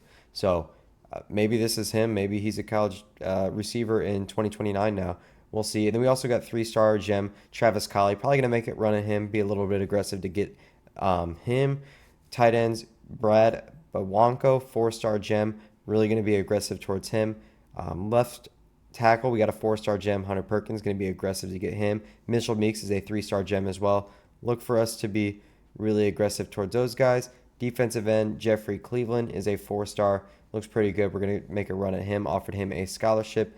Casey Johnson's a 5-star outside linebacker, 11th in the country. We're going to try to make a run, get a really good outside linebacker. Jeremiah Spahn is 4 stars. He looks really good as well. As far as the cornerbacks go, we got Avion Duhan. He's a 5-star, 6th ranked in the country. We're going to look to get him. George Kite, actually, 9th in the country. We're going to invest into him. And Nigel Rourke. You got to be careful saying that name. He's 5-star as well. Looking to invest in him. As far as the safeties go, Devin Steven. He's got 2 first names. We'll see how hard we invest into him just because of that. And we also have Prince Chekwa. He looks pretty good. going to invest in him. Really want to make sure we get a really good, strong safety. And honestly, I think this year is a year I'm really going to go after, quality, not quantity. So we'll see once we get to conference play if we can nail down any of these 4 or 5 star prospects. With this simulation, we potentially have some breaking news. I see we're having a pretty good season so far. We're an A championship contender. We might even be ranked. Oh no. How did Notre Dame do that? Oh, we finished second place on both 5 star prospects. We are first place on this guy. We're second place in Notre Dame on this guy. We have been in first place for this quarterback this entire time. And Notre Dame was, I believe, in third place, came and knocked us off and acquired George Knight. It is possible it is because we lost to Duke. We did have him in for a visit, I believe. But that's just terrible. We've wasted so much time and energy into these two guys. We've led the entire time just for us to be locked out on the very last possible second. We missed out on 2 really good prospects, but on the upside, we got Stephen Magnum, 4-star gem wide receiver, and Brad Bowanko, 4-star gem tight end. We also got Travis Colley, 3-star wide receiver. We are trying to get DeAndre Sheffield. Things look really good getting him. He's a 4-star top 100 prospect in the country. Isaiah Swope is probably going to commit to Notre Dame. I'm just going to not even waste my time, take him off the board. Taylor McCourt, 4-star gem. We look to be getting him. Eric Davies, 4-star gem linebacker. We look to be getting him. Hopefully, we're going to pour into Alfonso Merrick, 3-star free safety. Hope to get him. And yeah, we're going to probably try to get a couple more 4-star prospects. Ideally, I'd love to land 7 or 8, but we'll see. Not looking promising. I will catch up with you guys at the end of the season. So we went ahead and took it all the way to National Signing Day. Go ahead and show the stats off really, really quick here before I get into my board. Jamerson Russ had a really good season. I think this is his freshman year. It's now showing that he's a sophomore. I can't even remember at this point. It is the next day since I filmed this. 37 touchdowns, 11 picks. He actually might be a sophomore, I guess. He looks really good. I'm going to look to get a quarterback next year to kind of take, to redshirt and hopefully get him ready for the time he graduates. Tyrone Laybourne had a pretty not great year. I mean, he had 5 yards per carry, 8 touchdowns, but Jamerson Russ really took a lot of carries as well. He had 420 yards and 3 touchdowns. Receiving wise, Anthony Rhodes in his first year, I think it's his second year, I guess. He had 76 catches for 1,047 yards and 7 touchdowns. Ruben Garnes, who's a junior, he finished second on our team with 690 yards and 9 touchdowns. Ofisa Guy in his very first year really starting, he had 500 yards and 3 touchdowns. So we got a lot of production from our tight end. Laybourne had some pretty good playing time, receiving yards wise from the halfback spot. And then Max Chambers. So we really didn't get much from our receiver core besides Anthony Rhodes. So maybe another receiver is, looking more likely. Jake Vogel and Donovan Bellinger, both a lot of sacks. But besides that, nobody on our offensive line allowed a sack. Tavares Hardick, sophomore, he went ahead and got 93 tackles this year, which led the team. As far as tackles for loss go, Ben Zuber had 13.5 sacks. He was our senior. He was really, really good for us. Rashawn Dowling had 6.5 sacks, and Max Rouse had 2.5 sacks. Ray Elias had half a sack this year. Really interesting because our defensive tackles got no sacks at all this year, when last season they had a lot. Kicking wise, our kicker was not perfect like he usually is. He made 49 out of 50 extra points. The fact that we kicked 50 extra points is kind of crazy. Punting, is what it is. I mean, whatever. We still need it. We need to get those special team units better. As far as national signing days go, we'll go through each position. Quarterback, we did sign a 2-star just to kind of fill out the roster. We got Mitch Costello from Oregon. As far as running back goes, we did sign 4-star DeAndre Sheffield from Winter Garden, Florida. We really need to just get an extra body in the room. We also got 3-star gem Jimmy Ritter. We're really excited about him. These two guys will compete to be the starting running back here in a couple of years. And then we got DeMarco Moon, just another body to have on the team. Sal Loetta, another fullback, 3-star to fill out the team. We signed 4 wide receivers here. We got Travis Colley, 3-star gem, and Stephen Magnum, 4-star gem. Really excited about Stephen Magnum. Him and Anthony Rhodes look to be a really, really good tandem here. Shortly, Earl York, 3-star, Forrest Powell, 3-star. Went ahead and got them signed at the end of the year. They were high school recruits, but it was during the transfer portal period. Kind of end of the year, nobody was in on them, so we went ahead and took a shot without scouting them. Hopefully they work out. 4-star tight end, Brad Bawanko. Really excited for him. He's going to be an absolute stud for us. And Marquise Pettigrew went ahead and signed him at the end of the season too. As far as the offensive lineman goes, we signed three-star tackles. So hopefully one of those guys pans out. We also signed a 2-star just to fill out our depth. We did get a guard, did not get a center because we have a ton of depth there. We got Angel Denson at defensive end. We got Von Niswander at defensive tackle. And as far as outside linebackers go, we only signed one. That was Jamarcus Briggs. And then on the for the middle linebacker, we did sign 3 athletes. So I'm hoping one or two of these guys can go ahead and play outside linebacker for us. We got George Sheridor, Jabari Stoneburner, and Matthew Lavelle. Those guys look to be pretty good. And we have Gerald Moffitt and Mike Salazar, 3-star gem cornerback. We tried really hard to get a good cornerback this year, and it just did not happen. So hopefully next year, this upcoming season, we can go ahead and work on our secondary. Alfonso Merrick, free safety, 3-star gem. Really excited for him. Oscar Tatum got at the end of the season there.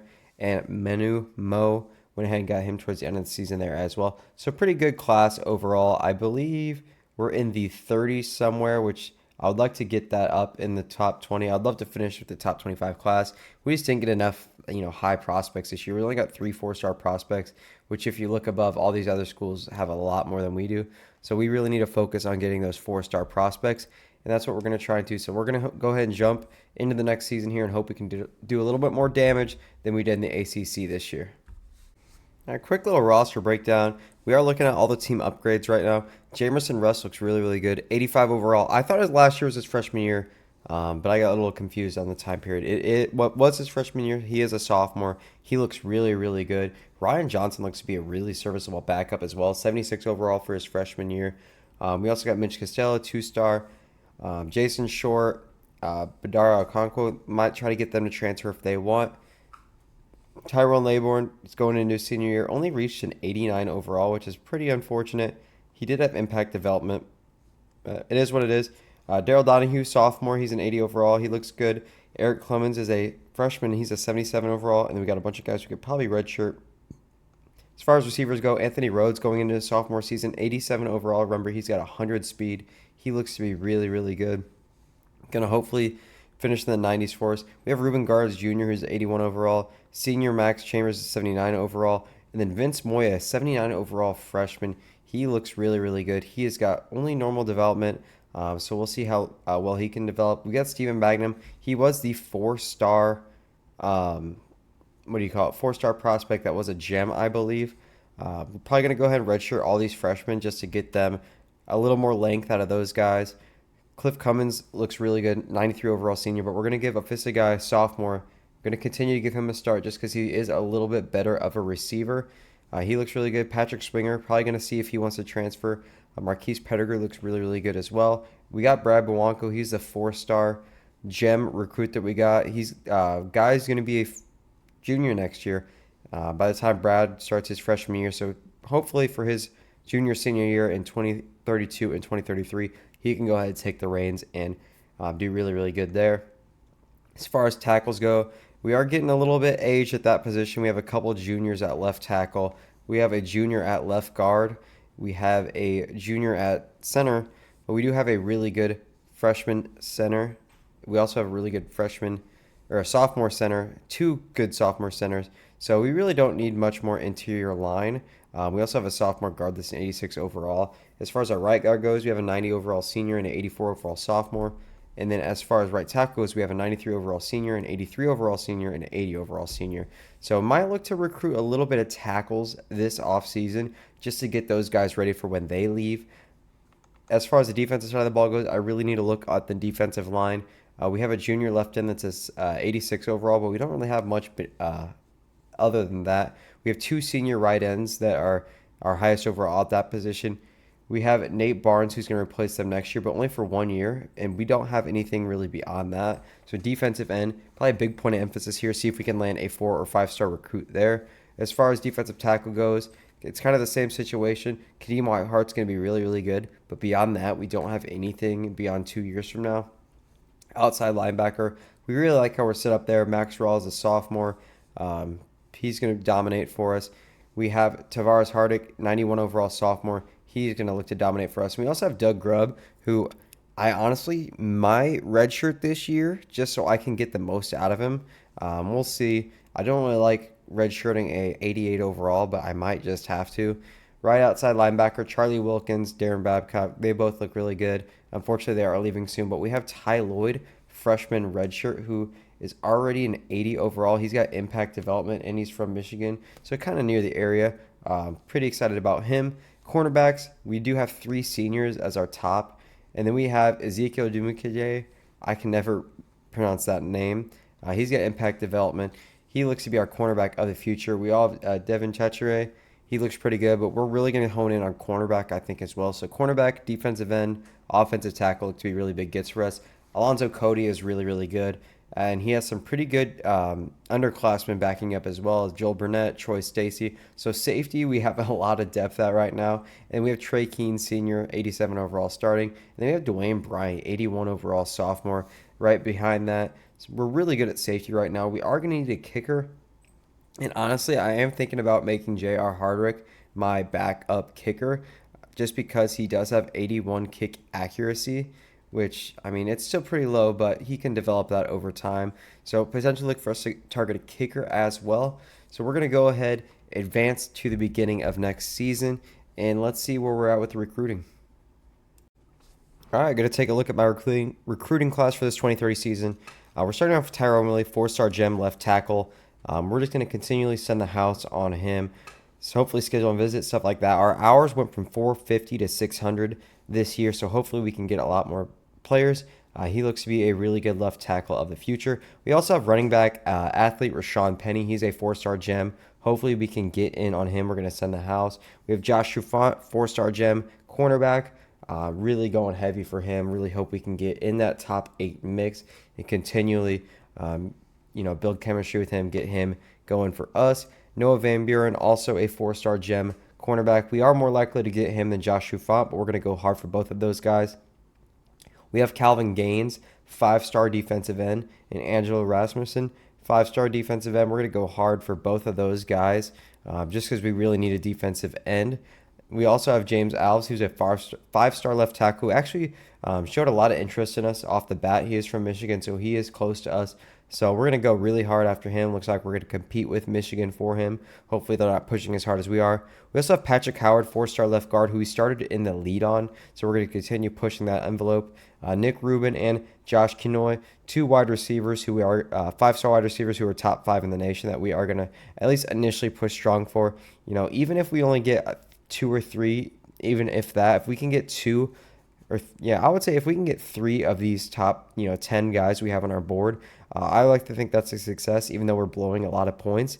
I'd rather blow it now and know the answer, yes or no, if I'm going to be able to get this guy, than to put 25 points a week into him and then find out later on I don't have a shot. Let's just use all the points now, see if we can get him. If it's 2 or 3 weeks down the road, we don't think we can get him, we're just going to go ahead and drop out of the race. We have 4-star defensive end Evan Armstrong. He really likes us. We're going to go ahead and push on him. He's from Indianapolis, Indiana. A few other guys on our board as well. I really like this Cameron Ajubo guy. He likes us a lot. We're probably going to go after him, as well as 4-star cornerback Noah Hill. We're pretty high on his board. David McCord, we are also high on his board as well. Same with Juan Conkle. We're pretty high on a lot of these guys' board.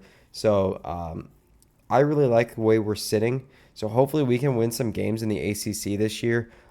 Keep building that prestige, hopefully become ranked. And you never know, if our quarterback performs, maybe this won't even matter. And 2030 will be the year the Buffalo Bulls can win the national championship. We'll find out. So week 5 is a pretty big week for us. We are 4-0 so far, ranked 20th in the country. We are going up against Virginia this week. And we do have some big recruits coming in for this Virginia game. We have Rashawn Penny, 4-star running back, who is going to commit after this week's game.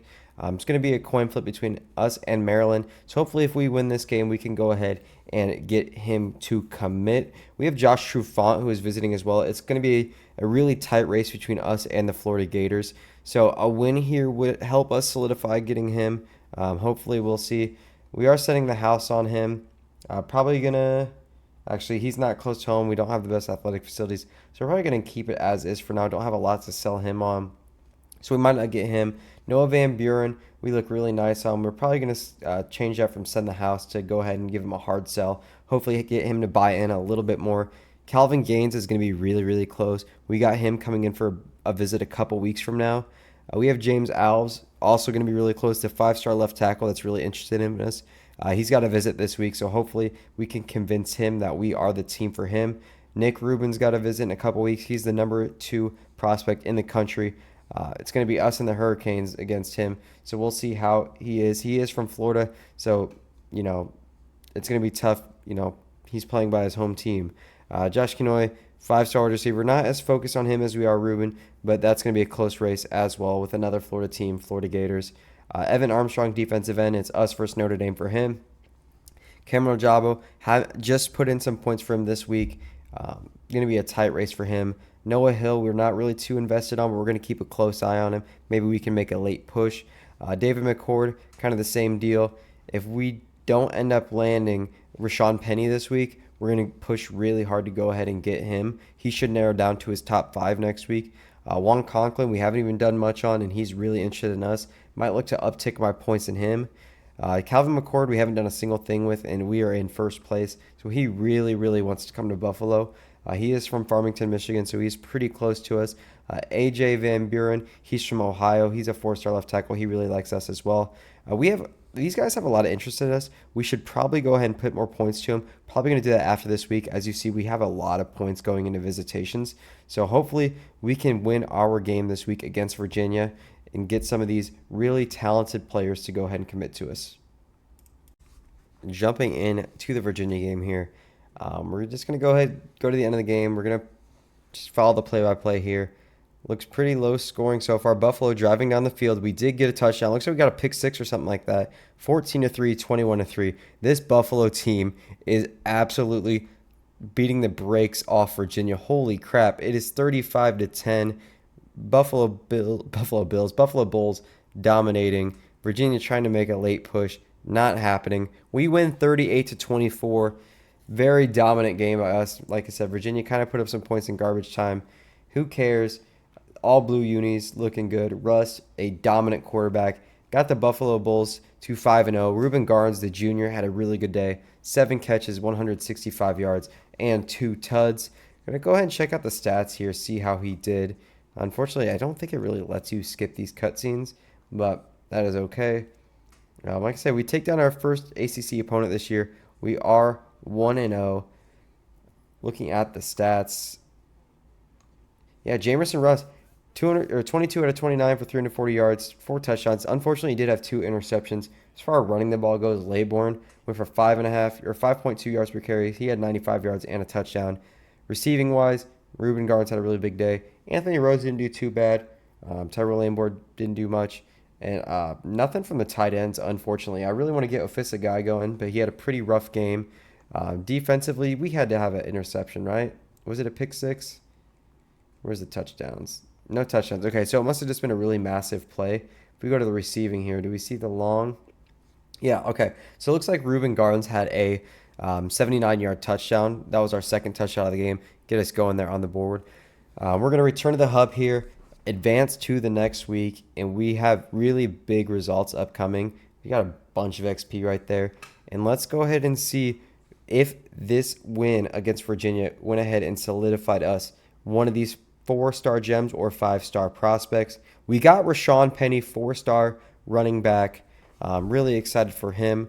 Go ahead and clip that real quick. Maybe I want to use him for the thumbnail.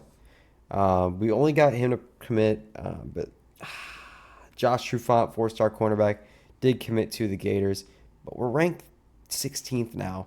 So really impressed with that. We'll go ahead and look at the board, see how the rest of it looks. We should have a lot of points open up now. So we really want a Josh Trufant. We had him for a visit this week, but he just wasn't having it. Noah Van Buren, probably going to commit after this next week. Go ahead and put a few more points into him. Calvin Gaines looks like we are going to miss out on him. Another 5-star we're just going to lose out on. I don't know if I'm going to take my points out of him on yet. We'll see. We just don't have the program he wants. James Alves, we had him visit Penn State's got him visiting next week. This is going to be really close. I don't know if we're going to get him or not. It's going to be a coin flip. We've been losing way too many of these coin flips. Nick Rubin, going to go ahead and try and get him in the next couple weeks as well. We fell into second place on Josh Kenoy, but we aren't really super invested on him. The Florida Gators taking another play away from us. Evan Armstrong, we lost a lot of ground to Notre Dame this week. Cameron Ajabo, we might need to start making a push for him if we want to get him. We got locked out of Noah Hill, who we weren't really going for that much. David McCord, I'm probably not going to go after him very hard. And then Juan Conklin, I think I'm going to start making a push on because he's really interested in us. Same with Calvin McCord. And yeah, I'm going to simulate a few more weeks here and let's see where we end up. All right, it's week 8. We do have a bye week, and we are 7-0, number 6 in the country. We go ahead and look at our team schedule here. I mean, we are just playing very well right now. We've scraped by Duke. We won 19-18, but we beat Syracuse 35-30. We obviously played that game against Virginia. In all of our out-of-conference games, we won pretty handedly. We do have number 7 Clemson next week. We'll go ahead and simulate through that game. Watch how it plays out. We do have a couple key visits next week for that game. Maybe, actually. They might have recruited to other schools. We're pretty much missing out on all our 5-star recruits, unfortunately. We did get Rashawn Penny and 4-star gem cornerback Noah Van Buren. We missed out on the 5-star receiver and 5-star receiver Josh Kenoy. We lost out on Evan Armstrong last minute, so we have a lot of hours that need gone. Juan Conklin, we look to have him, hopefully. He's visiting us versus Clemson next week. We have Calvin McCord, who's going to be really close. We got him visiting versus Clemson next week. AJ Van Buren looks like we're going to miss out on. Maybe we can potentially schedule him a visit. Nope, he doesn't even want to. Probably not going to get him, to be honest. We just scouted this, or actually, no, we have this right tackle, Sony Uhatafe. I think that's how you say his name. We just scouted him. He's a 4-star gem. He looks really, really good. Hopefully we can get him. Antoine Sori, 4-star right guard. He looks like he's going to be a gem. We also want to start going after some of these players. We did add some more players to our board, including this left tackle, right tackle. I think I'm going to hold off on the tackles for now just because we are looking to get Juan Conklin and hopefully this Jen Sony I don't know. I'm so bad at pronouncing. I don't even know if they're Samoan or what origin these names are from. I'm going to scout some defensive ends. I'm hopefully going to scout some of these cornerbacks as well. So, for example, Connor Stewart, but Anacona Sewer, if you know what I'm saying. He's slow, but he's got good acceleration, good agility. The man coverage is solid. I mean, this isn't a fantastic player, but nobody's really in on him right now. So we're going to go ahead and offer him a scholarship. Go ahead and just send the house on him, see if that intrigues him at all. As far as these 3-star cornerbacks go, I'm going to go ahead and just offer them scholarships. That way we can kind of make it into their top 5, top 3, and maybe we can potentially make a run at them eventually. I'm not really interested in officer here, but let's go back to defensive ends. We are going to scout these guys. We're going to start out with the guy with the least interest, DJ Coleman. He hasn't really been moving much, so we're going to go and scout him. He looks actually really, really good. He's got really good tackle, really good block shedding, really good strength. Speed is solid, so we're going to go ahead and offer him, send the house on him. Hopefully we can land him. And let's go with Louisville's looking to make a move on Georgie Wimba. So let's go ahead and go for Jarek Finger here. He is a gem defensive end, 4 stars. So we are going to go ahead, send everything we got at him, and hope we can go ahead and land him. And then I think with my remaining points, what I'm going to go ahead and do is scout some of these linebackers. Herschel Gainwell with the least amount of, interest from these schools. And he actually looks really, really good. So we're going to go ahead and offer him a scholarship. And for the rest of my points, I think we're just going to go ahead and offer some scholarships out to players that we have on our board to see if we can generate any interest. For example, I do have 2 tackles going right now, so maybe I don't offer on the tackles, but I think I am going to offer at least on one of these centers, I'll go ahead and offer a scholarship to McLeese. I am going to go ahead and offer a scholarship to this last defensive end here. And then for my last scholarship, I will go ahead and throw it on Trevor Bowie. See if we can just sneak into that top 8, gain us some interest going forward. Reorganize my board here, throw finger all the way up there at the top. Hopefully we can get that top 5 pretty quickly so we can go ahead and schedule guys visits and stuff like that. But yeah, we're going to go ahead and hop into the Clemson game. We are doing some really important scouting, which might not even be necessary if we win the championship this year. But we'll see. We've got to win this week at Clemson. Let's jump into it. Jumping into the game, Clemson scored really, really fast. They're actually kind of dominating, I would say. I mean, it's a 10-point game. It looks like we're not going to win this. Actually, we are up 28-24 now. It is a neck and neck game. We do go down by 10, now down 3, and it looks like we went and lost by 3 points at home to Clemson in a heartbreaker. But we can't win every game. We can't expect to go undefeated. Clemson was a good test for us, a really good game.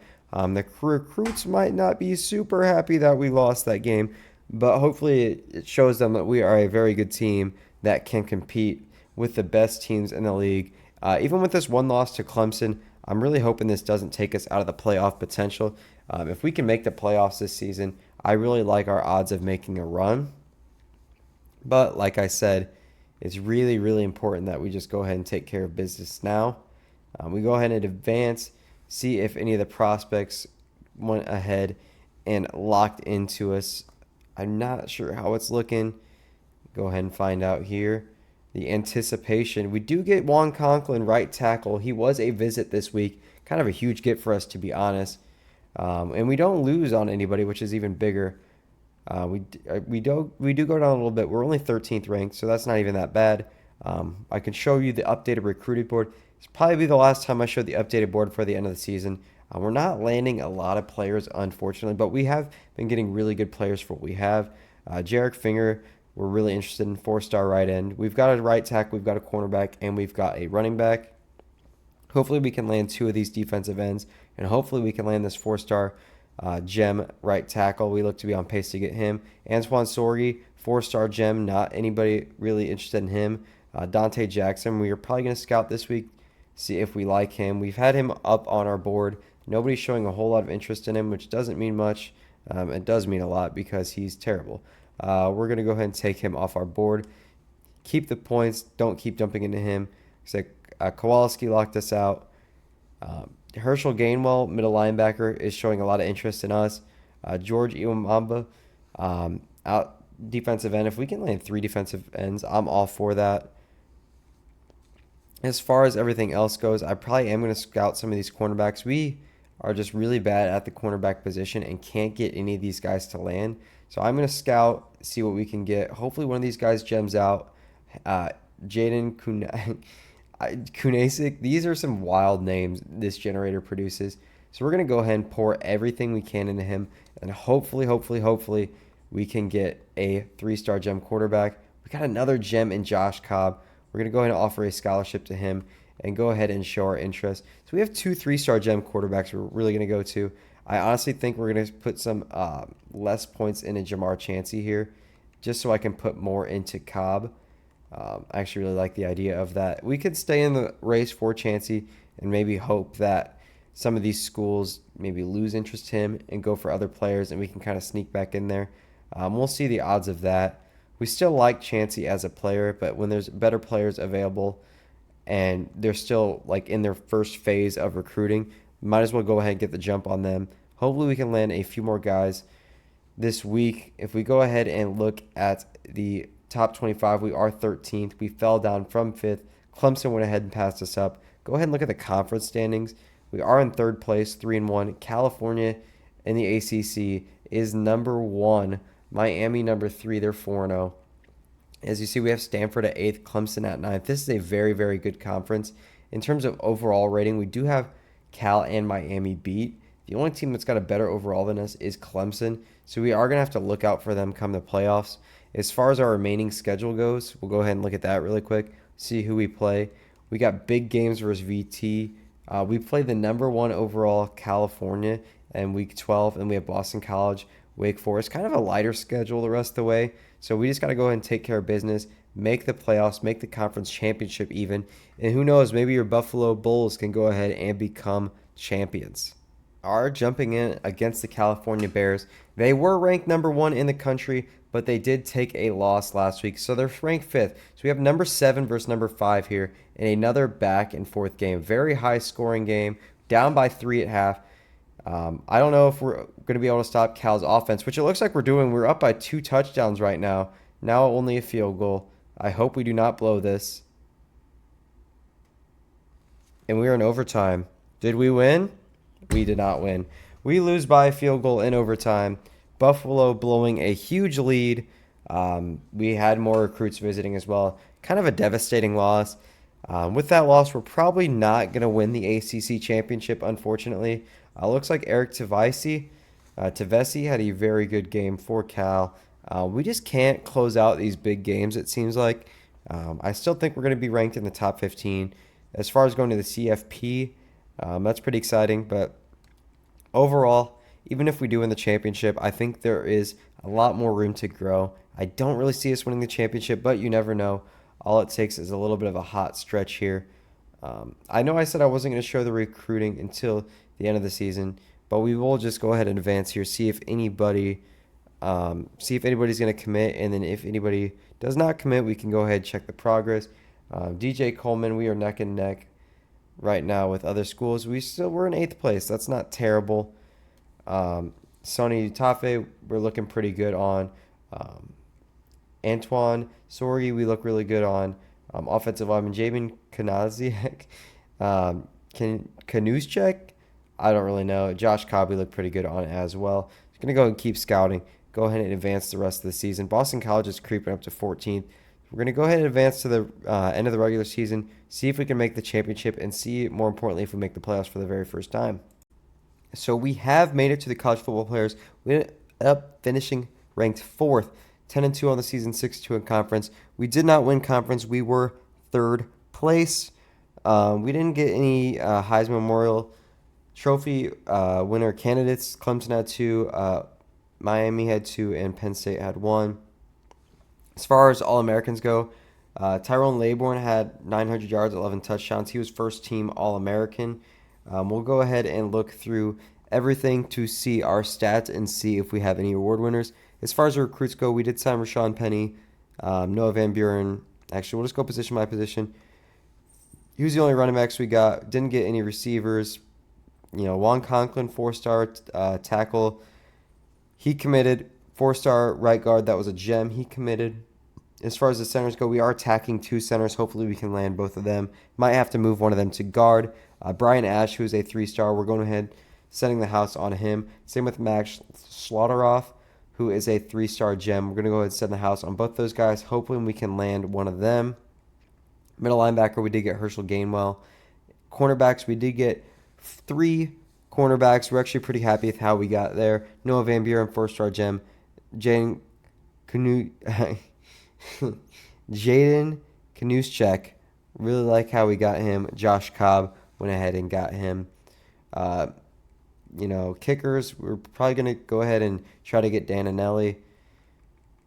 Class overall, I'm not too happy with, so I'm really hoping we can do something in the next year or two to increase our odds, or maybe we have a really good offseason, one of the two.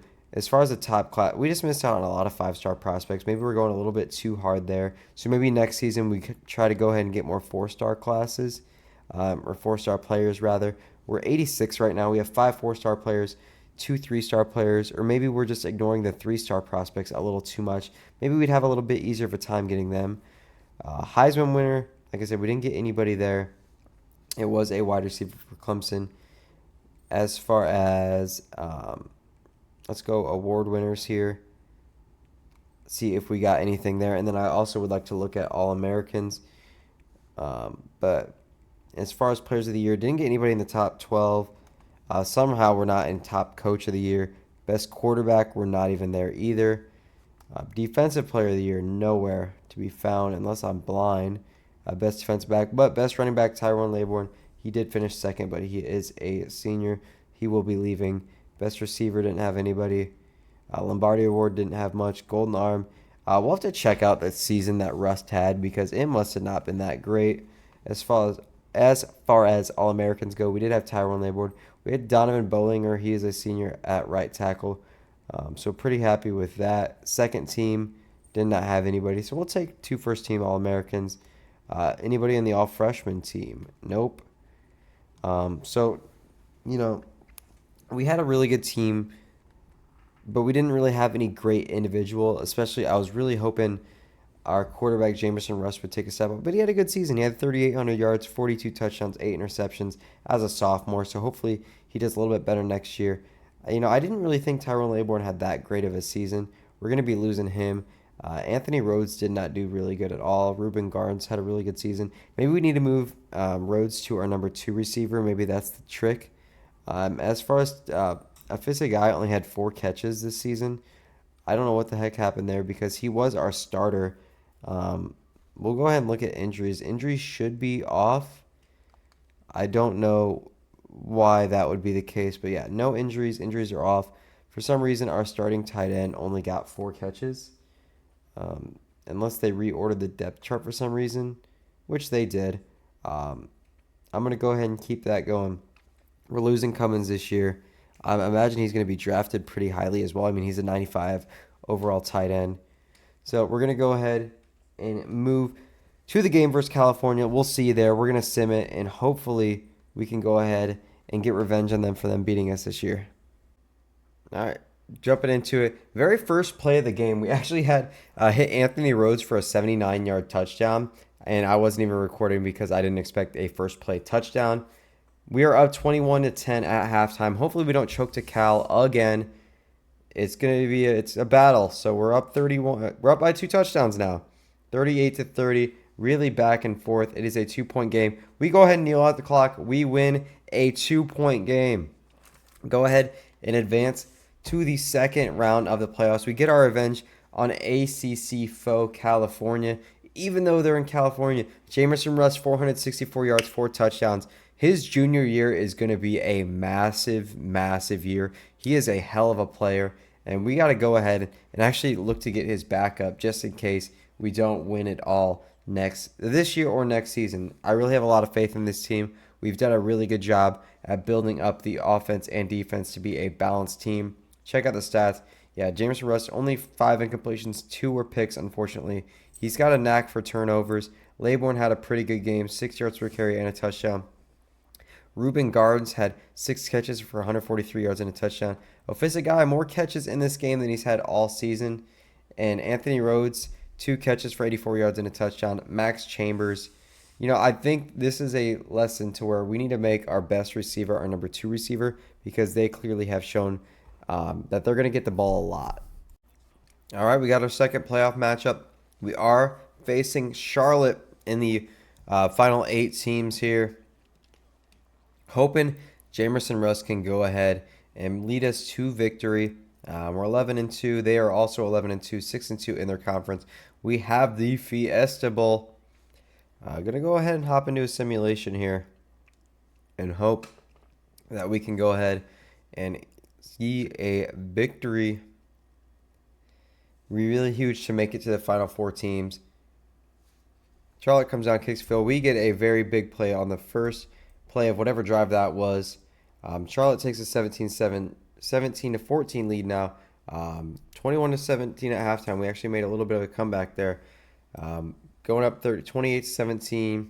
Need a score to go ahead and extend our lead here. We do, and we're going to go ahead and win by a touchdown. My cat's excited. I'm excited. We win 35-27. Fiesta Bowl is a victory. Now we can go ahead and go to the final 4 teams, see who we're playing, and see if we can go ahead and win a championship here. Taking a look at the college bracket here. No upsets so far, at least in terms of the top teams. 1 through 4 is still in the bracket, so it looks like we are going to face a couple of juggernauts to go ahead and advance and win the championship in Tampa Bay, Florida. We're facing Wisconsin this week, who went 12-2 in the Big Ten. And then we're facing independent Notre Dame and ACC champion Miami. We got to go ahead and beat those teams, take care of business. But if not, it's the end of the world. Our quarterback's going to get better. We're going to get better. Let's go ahead and jump on into this game and see if we can take care of business. All right, number 4 Buffalo versus number 3 Wisconsin in the Orange Bowl at Hard Rock Stadium in Miami. Both teams traveling a little bit to get to this game. We're going to go ahead and sim it. Me and my cat are sharing some cheese and crackers, as you can see right here. And by sharing, I mean he is just watching me down every crumb, and he rubs on my hand while I'm doing so. We're going to go ahead and sim to the end of the game here, see what can happen. Wisconsin, Big Ten team, plays good defense. So, pretty low scoring game so far. We're going to go into half. Up 10-6, unfortunately. Wisconsin drives down, gets a touchdown. We respond with a touchdown, as does Wisconsin. We are back and forth. Tie game. We take the lead with with about a minute left, and we advance to the championship game. We beat Wisconsin 23-20. They can't believe it. Neither can the fans. You see our running back, Laybourne, there, and our center, Vogel. They are hyped up. We have a bowl full of oranges as a trophy. I can't believe we're going on a crazy run like this. Jamerson Russ, player of the game, once again. He is just on an insane tear right now. Hopefully we can win this game against Miami. Would be sick. We might, depending on the score and depending on everything that's happening, we might go ahead and, jump in to see if Jamerson Russ can get it done. I'd like to simulate, but hey, if we have a game-winning drive or a crazy situation, we might just go ahead, stop it, jump in there. We'll see. The national championship trophy is being presented on the field right now. We have the Hurricanes. We have the Bulls. Miami Hurricanes are one of the most fun teams with one of the nicest uniforms in the country. But the Buffalo Bulls, formerly of the MAC Conference, it is now 2030. And they are, it's 2031. My bad. 2031. It is our 8th year, I believe. Maybe our 7th year. Math's not mathing quite well. I believe this is year number 8. We're going to go ahead and call it year number 8. Go ahead getting hype. 13-2 versus 14-1. Let's see if we can get it done. We're facing the ACC champions right now. We did not face them in the regular season. We did face Cal twice, who was the second place finisher.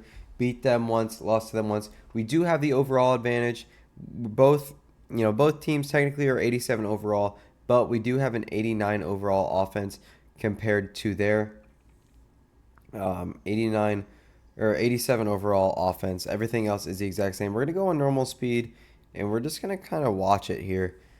Going to go to the end of the game, depending on how fast this is. We kick off the ball first.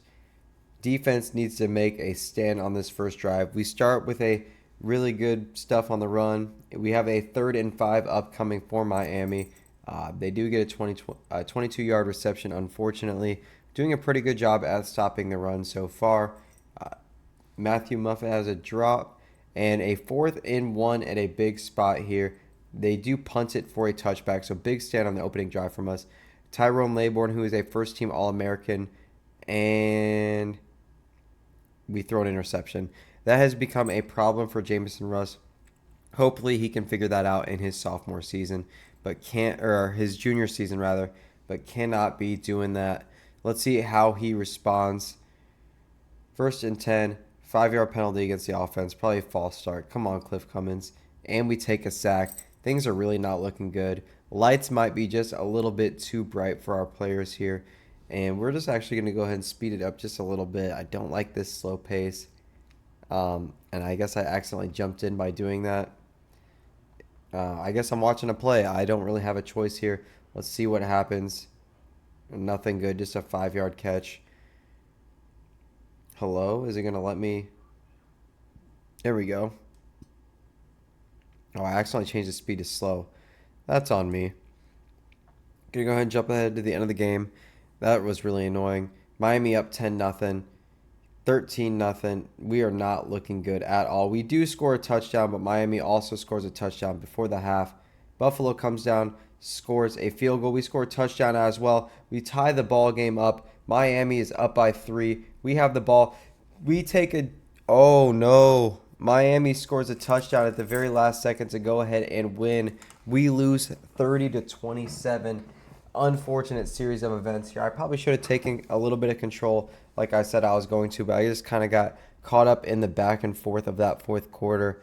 We lose by 3, unfortunately, but for our first time being in the playoffs, we'll take it. Our team should get a lot better, especially with Jamison Rust at helm.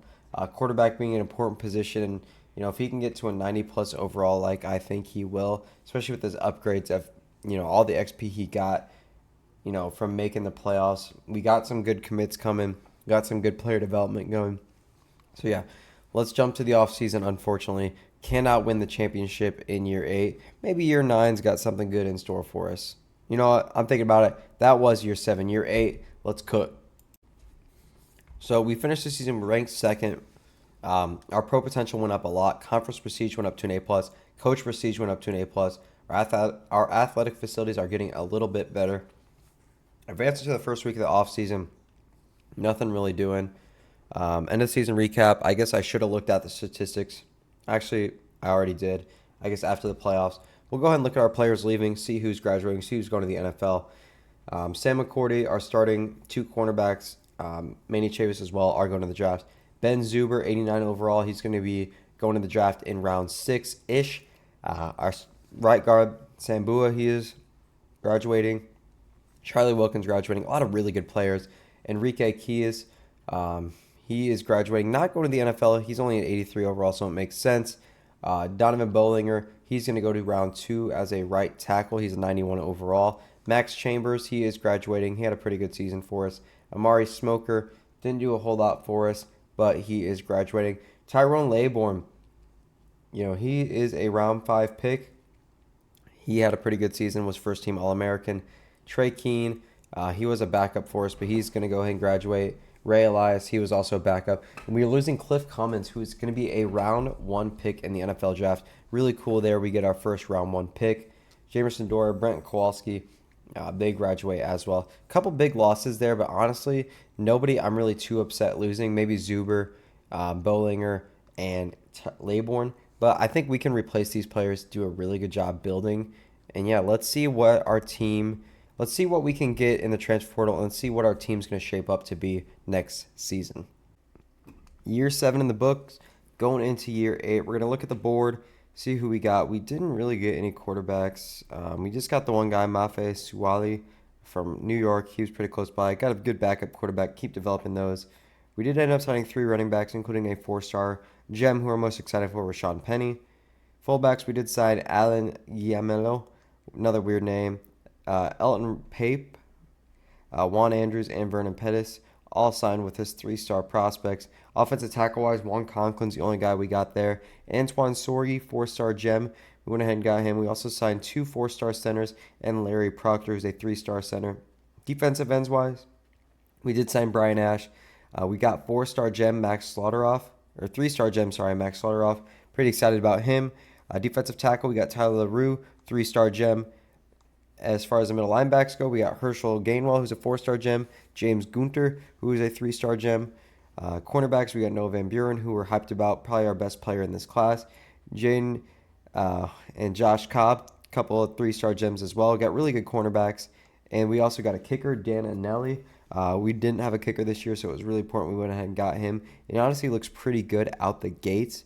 We're going to go ahead quickly get into this next season, check out the team, and we'll jump right into it. All right, quickly looking at the team here. I think either this year or next year is the year with Jamison Rust at the helm. He is a 91 overall this year. Hope he can improve there. As far as running back goes, it's probably one of our weaker positions right now. We do have some couple guys that are developing that should be really good, like DeAndre Sheffield, Jimmy Ritter.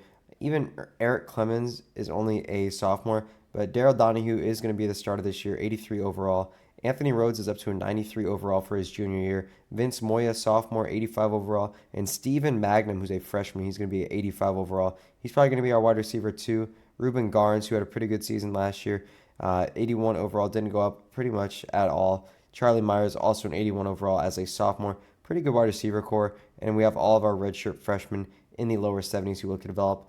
Ofisa Guy Jr., 91 overall. He looks really, really good. We have a 93 overall left tackle who is a senior. We have Randall Ballo, who is also a senior, 88 overall left guard. Jake Vogel is a 91 overall center.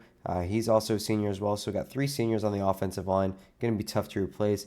Antoine Posey is really, really good, as well as Tony Gammon, who was a center, but now he's at 88 overall right tackle, only a sophomore. Left end, we have Rashawn Dowling. He looks really good. Nate Barnes looks pretty good. It's his senior year.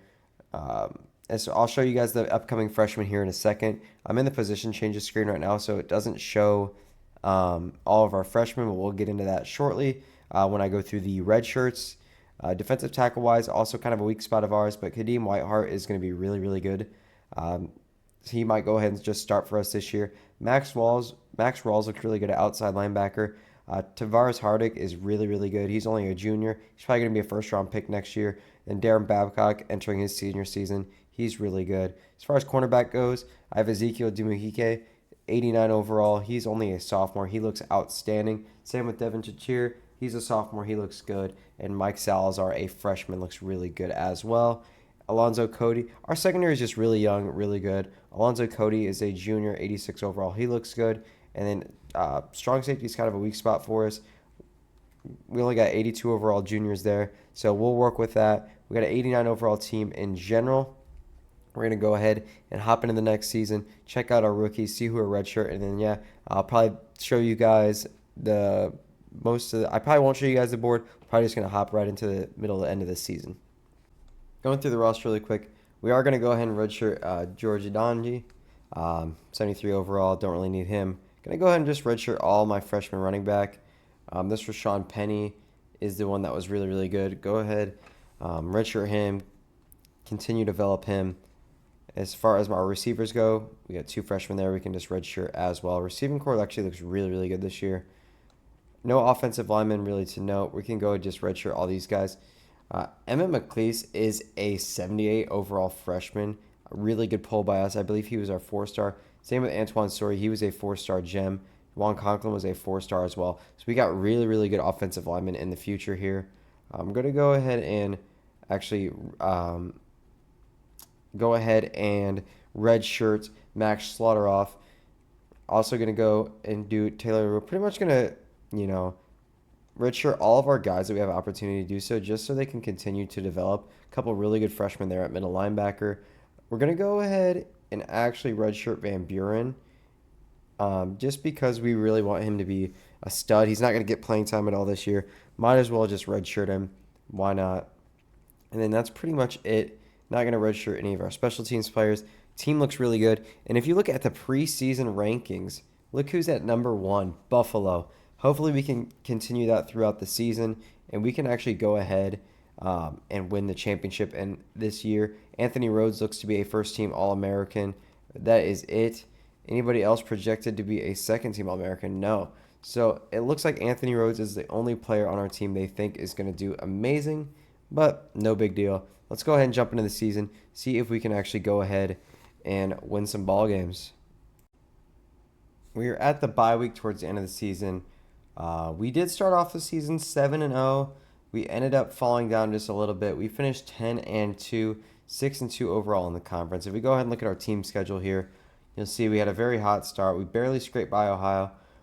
We beat Duke, Syracuse, Virginia. We beat UConn. We did end up losing to a bad Clemson team. We beat Virginia Tech. We lost to California.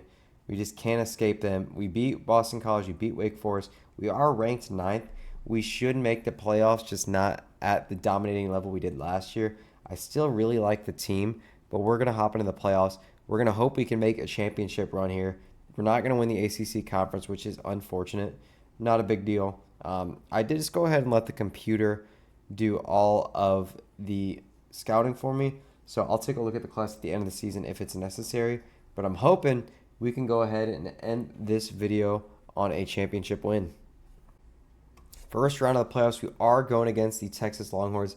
They are a couple overall points higher than us. We've kind of fell down for some reason. We were at 89 overall. Now we're only at 87. Doesn't make much sense to me. I'm not really liking our odds here. We kind of had a down season. but we will see here. We will trust that we can get it done. All right, here we go. See if we can beat the Longhorns. Low scoring game early on, just back and forth. Buffalo goes up 7-0. It is quickly tied by Texas. We are going to take a 17-7 lead going into halftime. 24-7. Buffalo is doing a really good job. We're up 31-7. Defense is absolutely suffocating the Longhorns. It is 31-28 now, and we are going to go ahead and win 31-28. Texas started to make a late comeback there, but it did not matter in the end. Donahue, you can see Gammon celebrating. A couple of seniors right there. I believe Stephen Magnum, the freshman, goes for 12, 182, and 3 through the air. We have a really good receiving core to build around this quarterback. Anthony Rhodes has over 100 or has over 99 speed. He has 100 speed, and he's not even the focal point of our offense. We can go ahead and look at the stats here as we get a huge upset win over Texas. Rust went for 341 yards, 4 touchdowns, 1 interception. Interceptions are a little bit of a problem for him. Don't really have a running game right now, which is a little bit unfortunate. Anthony Rhodes did have 45 yards and a touchdown. Office Guy did not do great.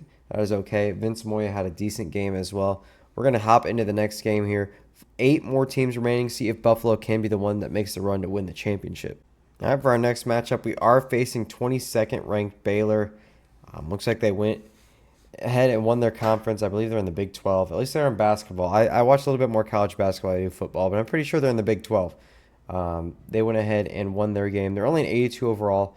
They did win the first round of the playoffs, but I'm hoping Buffalo, we can go ahead and handle a little bit of business here. Buffalo takes the early lead. We respond with a field goal. Baylor is doing a really good job on defense, it looks like, thus far. It looks like we go ahead and get a chunk play touchdown. Looks like we're going to go into halftime with a deficit. Don't really love that. We do go up 7. Baylor does respond, but we respond as well. Really back and forth here. We start losing, and it is 3rd and 7 for Baylor with 1:22 left. I think I'm actually going to go ahead and jump in here. I actually just realized I wasn't even recording. We get a sack on 3rd and 7. So we got 1:11 in a tie game. See if we can go ahead and end Baylor's season. We got Jamison Rust here. We got Donahue in the backfield. Rhodes is hot right now. Actually, I think that's the DB. We're going to put Rhodes on a slant, see if we can get his speed in the open field. We do. Go ahead and get a first down. Keep the ball moving. And I just saw on the bottom of the screen, Jamison Rust has got like 562 yards, which is actually kind of crazy. We're going to look at Rhodes up top if he beats his man. He does, but that is not what we're looking for. We're going to go ahead and throw it away. Probably had a guy or two downfield, but I kind of drifted out of the pocket for no reason. And you can just feel that this team is really good. The players are moving fast. We got Jamison. We got Anthony Rhodes. We're going to go ahead and throw a bomb, throw a touchdown, and we take the lead. We have 611 yards and 5 touchdowns with Jamison Rust. Such a good player. And we got to go ahead, hold Baylor on defense, and see if we can win this ballgame. I feel like this team isn't fair. You have Anthony Rhodes, who is like 100 speed. You can just burn anybody over the top. And we actually have a really, really good defense. Not sure how it's going to play an All-American. Baylor has all 3 timeouts and unwisely decides not to use one right there.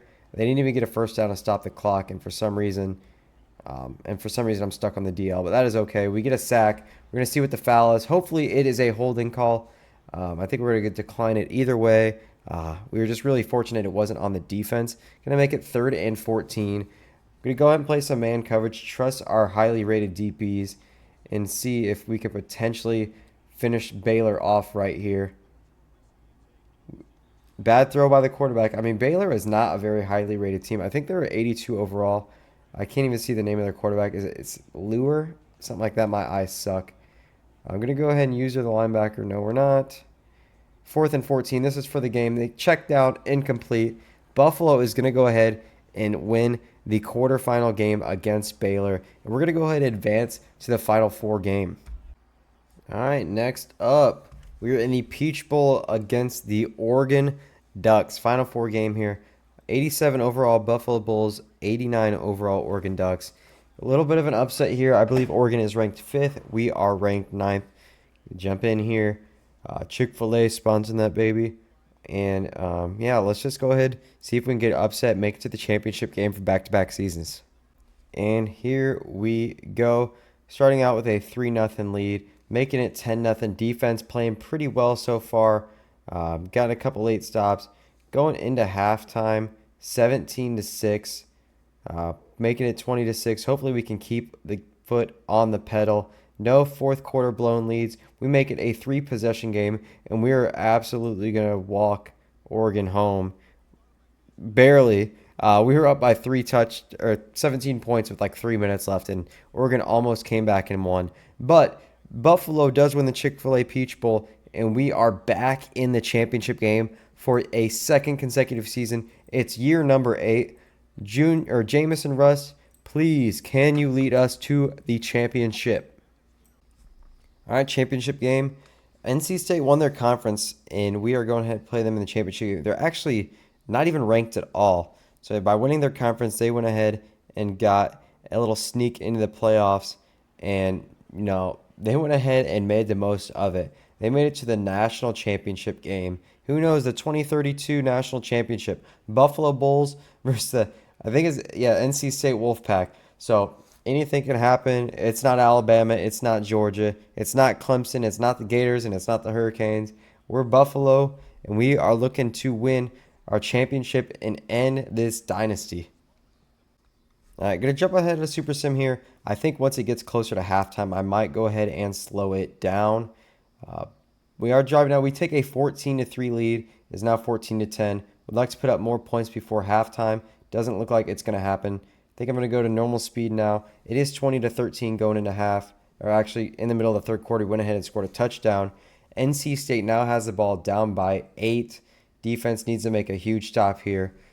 Quarterback gets a 2-yard rush and then a knocked away pass. So a huge 3rd and 8 for the defense here, and it's a thrown away pass. Buffalo is going to get the ball up by 8. We get a 16-yard punt return, already close to midfield, about our own 35-yard line. 3rd and 7. We need Jamison Russ to come through here, and a 15-yard penalty, potentially roughing the passer. I've been saying Jamison Russ, I think, this whole time, and it's clearly said Jamerson. So, I mean, that's on me. We got a big 3rd and 5 here. Hopefully you convert. And we do to Darrell Donahue, running back. It is a 22-yard pass. Vince Moya has got a lot of catches going on right now. We're at the 1-yard line. Can we punch it in? And we don't. A negative 2-yard run. Even a field goal I'm satisfied with. We just can't turn it over.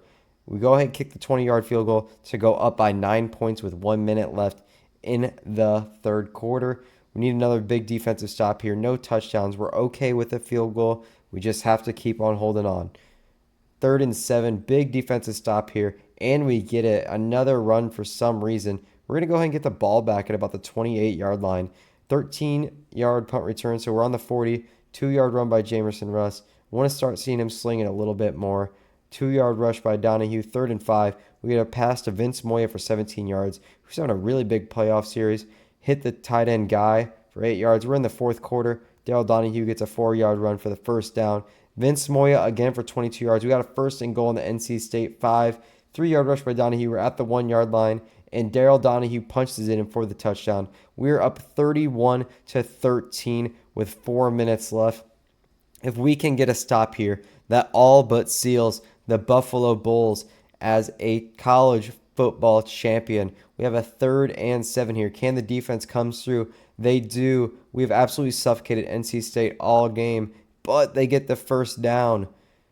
Antonio Ingold with a sack. I almost called him Alec Ingold. I'm pretty sure he's a fullback in the NFL. I could be wrong. 2-yard rush. It looks like we had a defensive penalty there. Pretty unfortunate. Antonio Ingold hits Keenan Keys for 23 yards, and Terrence Rashad for 18-yard touchdown. Momentum quickly swung the other way. We are going to have to go ahead and chew some clock here. They do go for an onside kick. Manu Mo, our strong safety, went ahead and recovered that. 2nd and 8, or 3rd and 6 now on the 40-yard line. We go ahead and hit a fisted guy for the first down. Going to keep on chewing that clock. Eric Clements helps put the dagger in NC State. We got to score at least a field goal here. Don't love an incomplete pass there. We need to keep running the clock. Stephen Magnum, 14-yard reception. We have a 1st and goal. And Darrell Donahue has the dagger. 38-20 with 2 minutes left. And ladies and gentlemen, your Buffalo Bulls are college football national champions. It took till the year 2031. We had a lot of good recruiting classes. Unfortunately, we never did get any 5-star recruits. We did get a lot of 4-star gems. We never had a top 5 recruiting class. Heck, I think there's only a couple of times we even finished in the top 50. But at the end of the day, it doesn't matter because even without those top 50 classes, we still developed players really well. We got the quarterback that we needed. Jamison Rust provided, he was one of the best quarterbacks, probably the best quarterback Buffalo's ever had. I can't even think of a quarterback Buffalo's had. Also, not a big college football guy. But that's going to do it. We're going to go ahead and just speed it up. Actually, we're going to actually jump in just to go ahead and take a kneel down, see what the last plays of the game are going to look like. We're going to go ahead and send a blitz here, see if we can mess around and get a safety, put the nail in the coffin. We don't. An incomplete pass, 3rd and 19. Our defense has just been absolutely dominating this game. Going to send another blitz, put the pressure on at the goal line. I want to use the linebacker. We don't get to him. Play action's never going to work. We went ahead, get the safety to make it 40-20. We are going to go ahead, receive the punt, and we're just going to fair catch, be safe. Then we're going to go ahead and take a kneel down, or maybe just run the clock out because we're probably going to call timeouts. We'll see. And then check out the celebration from College Football 25. And what a run it's been, A lot of really good players we went ahead and scouted. Never really used the transfer portal that much. Nobody was really interested in us. And, on this team, there's only a handful of even 4-star recruits, but they're at the positions that are most important. Let's just go ahead, run it one more time for good measure. I'm going to go ahead, mute my mic, and let the background play.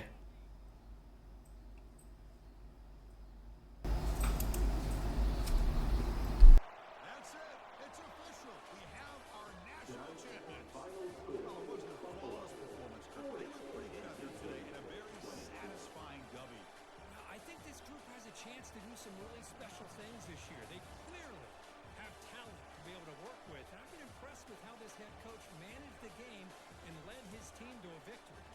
Well, that's going to do it for us and wrap up another outstanding season of college football.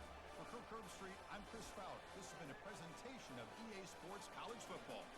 Officially, your kings of the college football world and national champions, the Buffalo Bulls.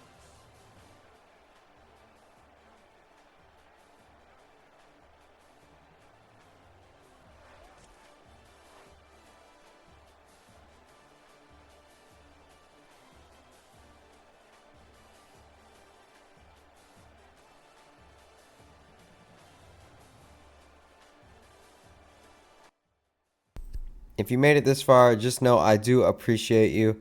If you enjoyed the video, make sure you do like and subscribe. Keep in mind, I will probably be doing another rebuild here shortly. Don't know what's going on with the face cam, but that's all right. We'll rock with it. Yeah, like I said, if you enjoyed the video, make sure you like, subscribe. I'll be back with some more college football soon. Now that Team Builder's in the game, I'll more than likely make a team. Hopefully come up with like a fun name for it, cool logo, cool field, stuff like that. And go ahead and see if we can build a program where we play through all the games. If you guys like this video, maybe I will, do something like with another 1-star school like Kennesaw State, or maybe a team like Ball State that not a lot of people are using. I feel like everyone's using Kennesaw State, so it's not as unique or fun, but you get the gist. If you enjoyed, like, subscribe. I'll see you guys in the next one. Peace.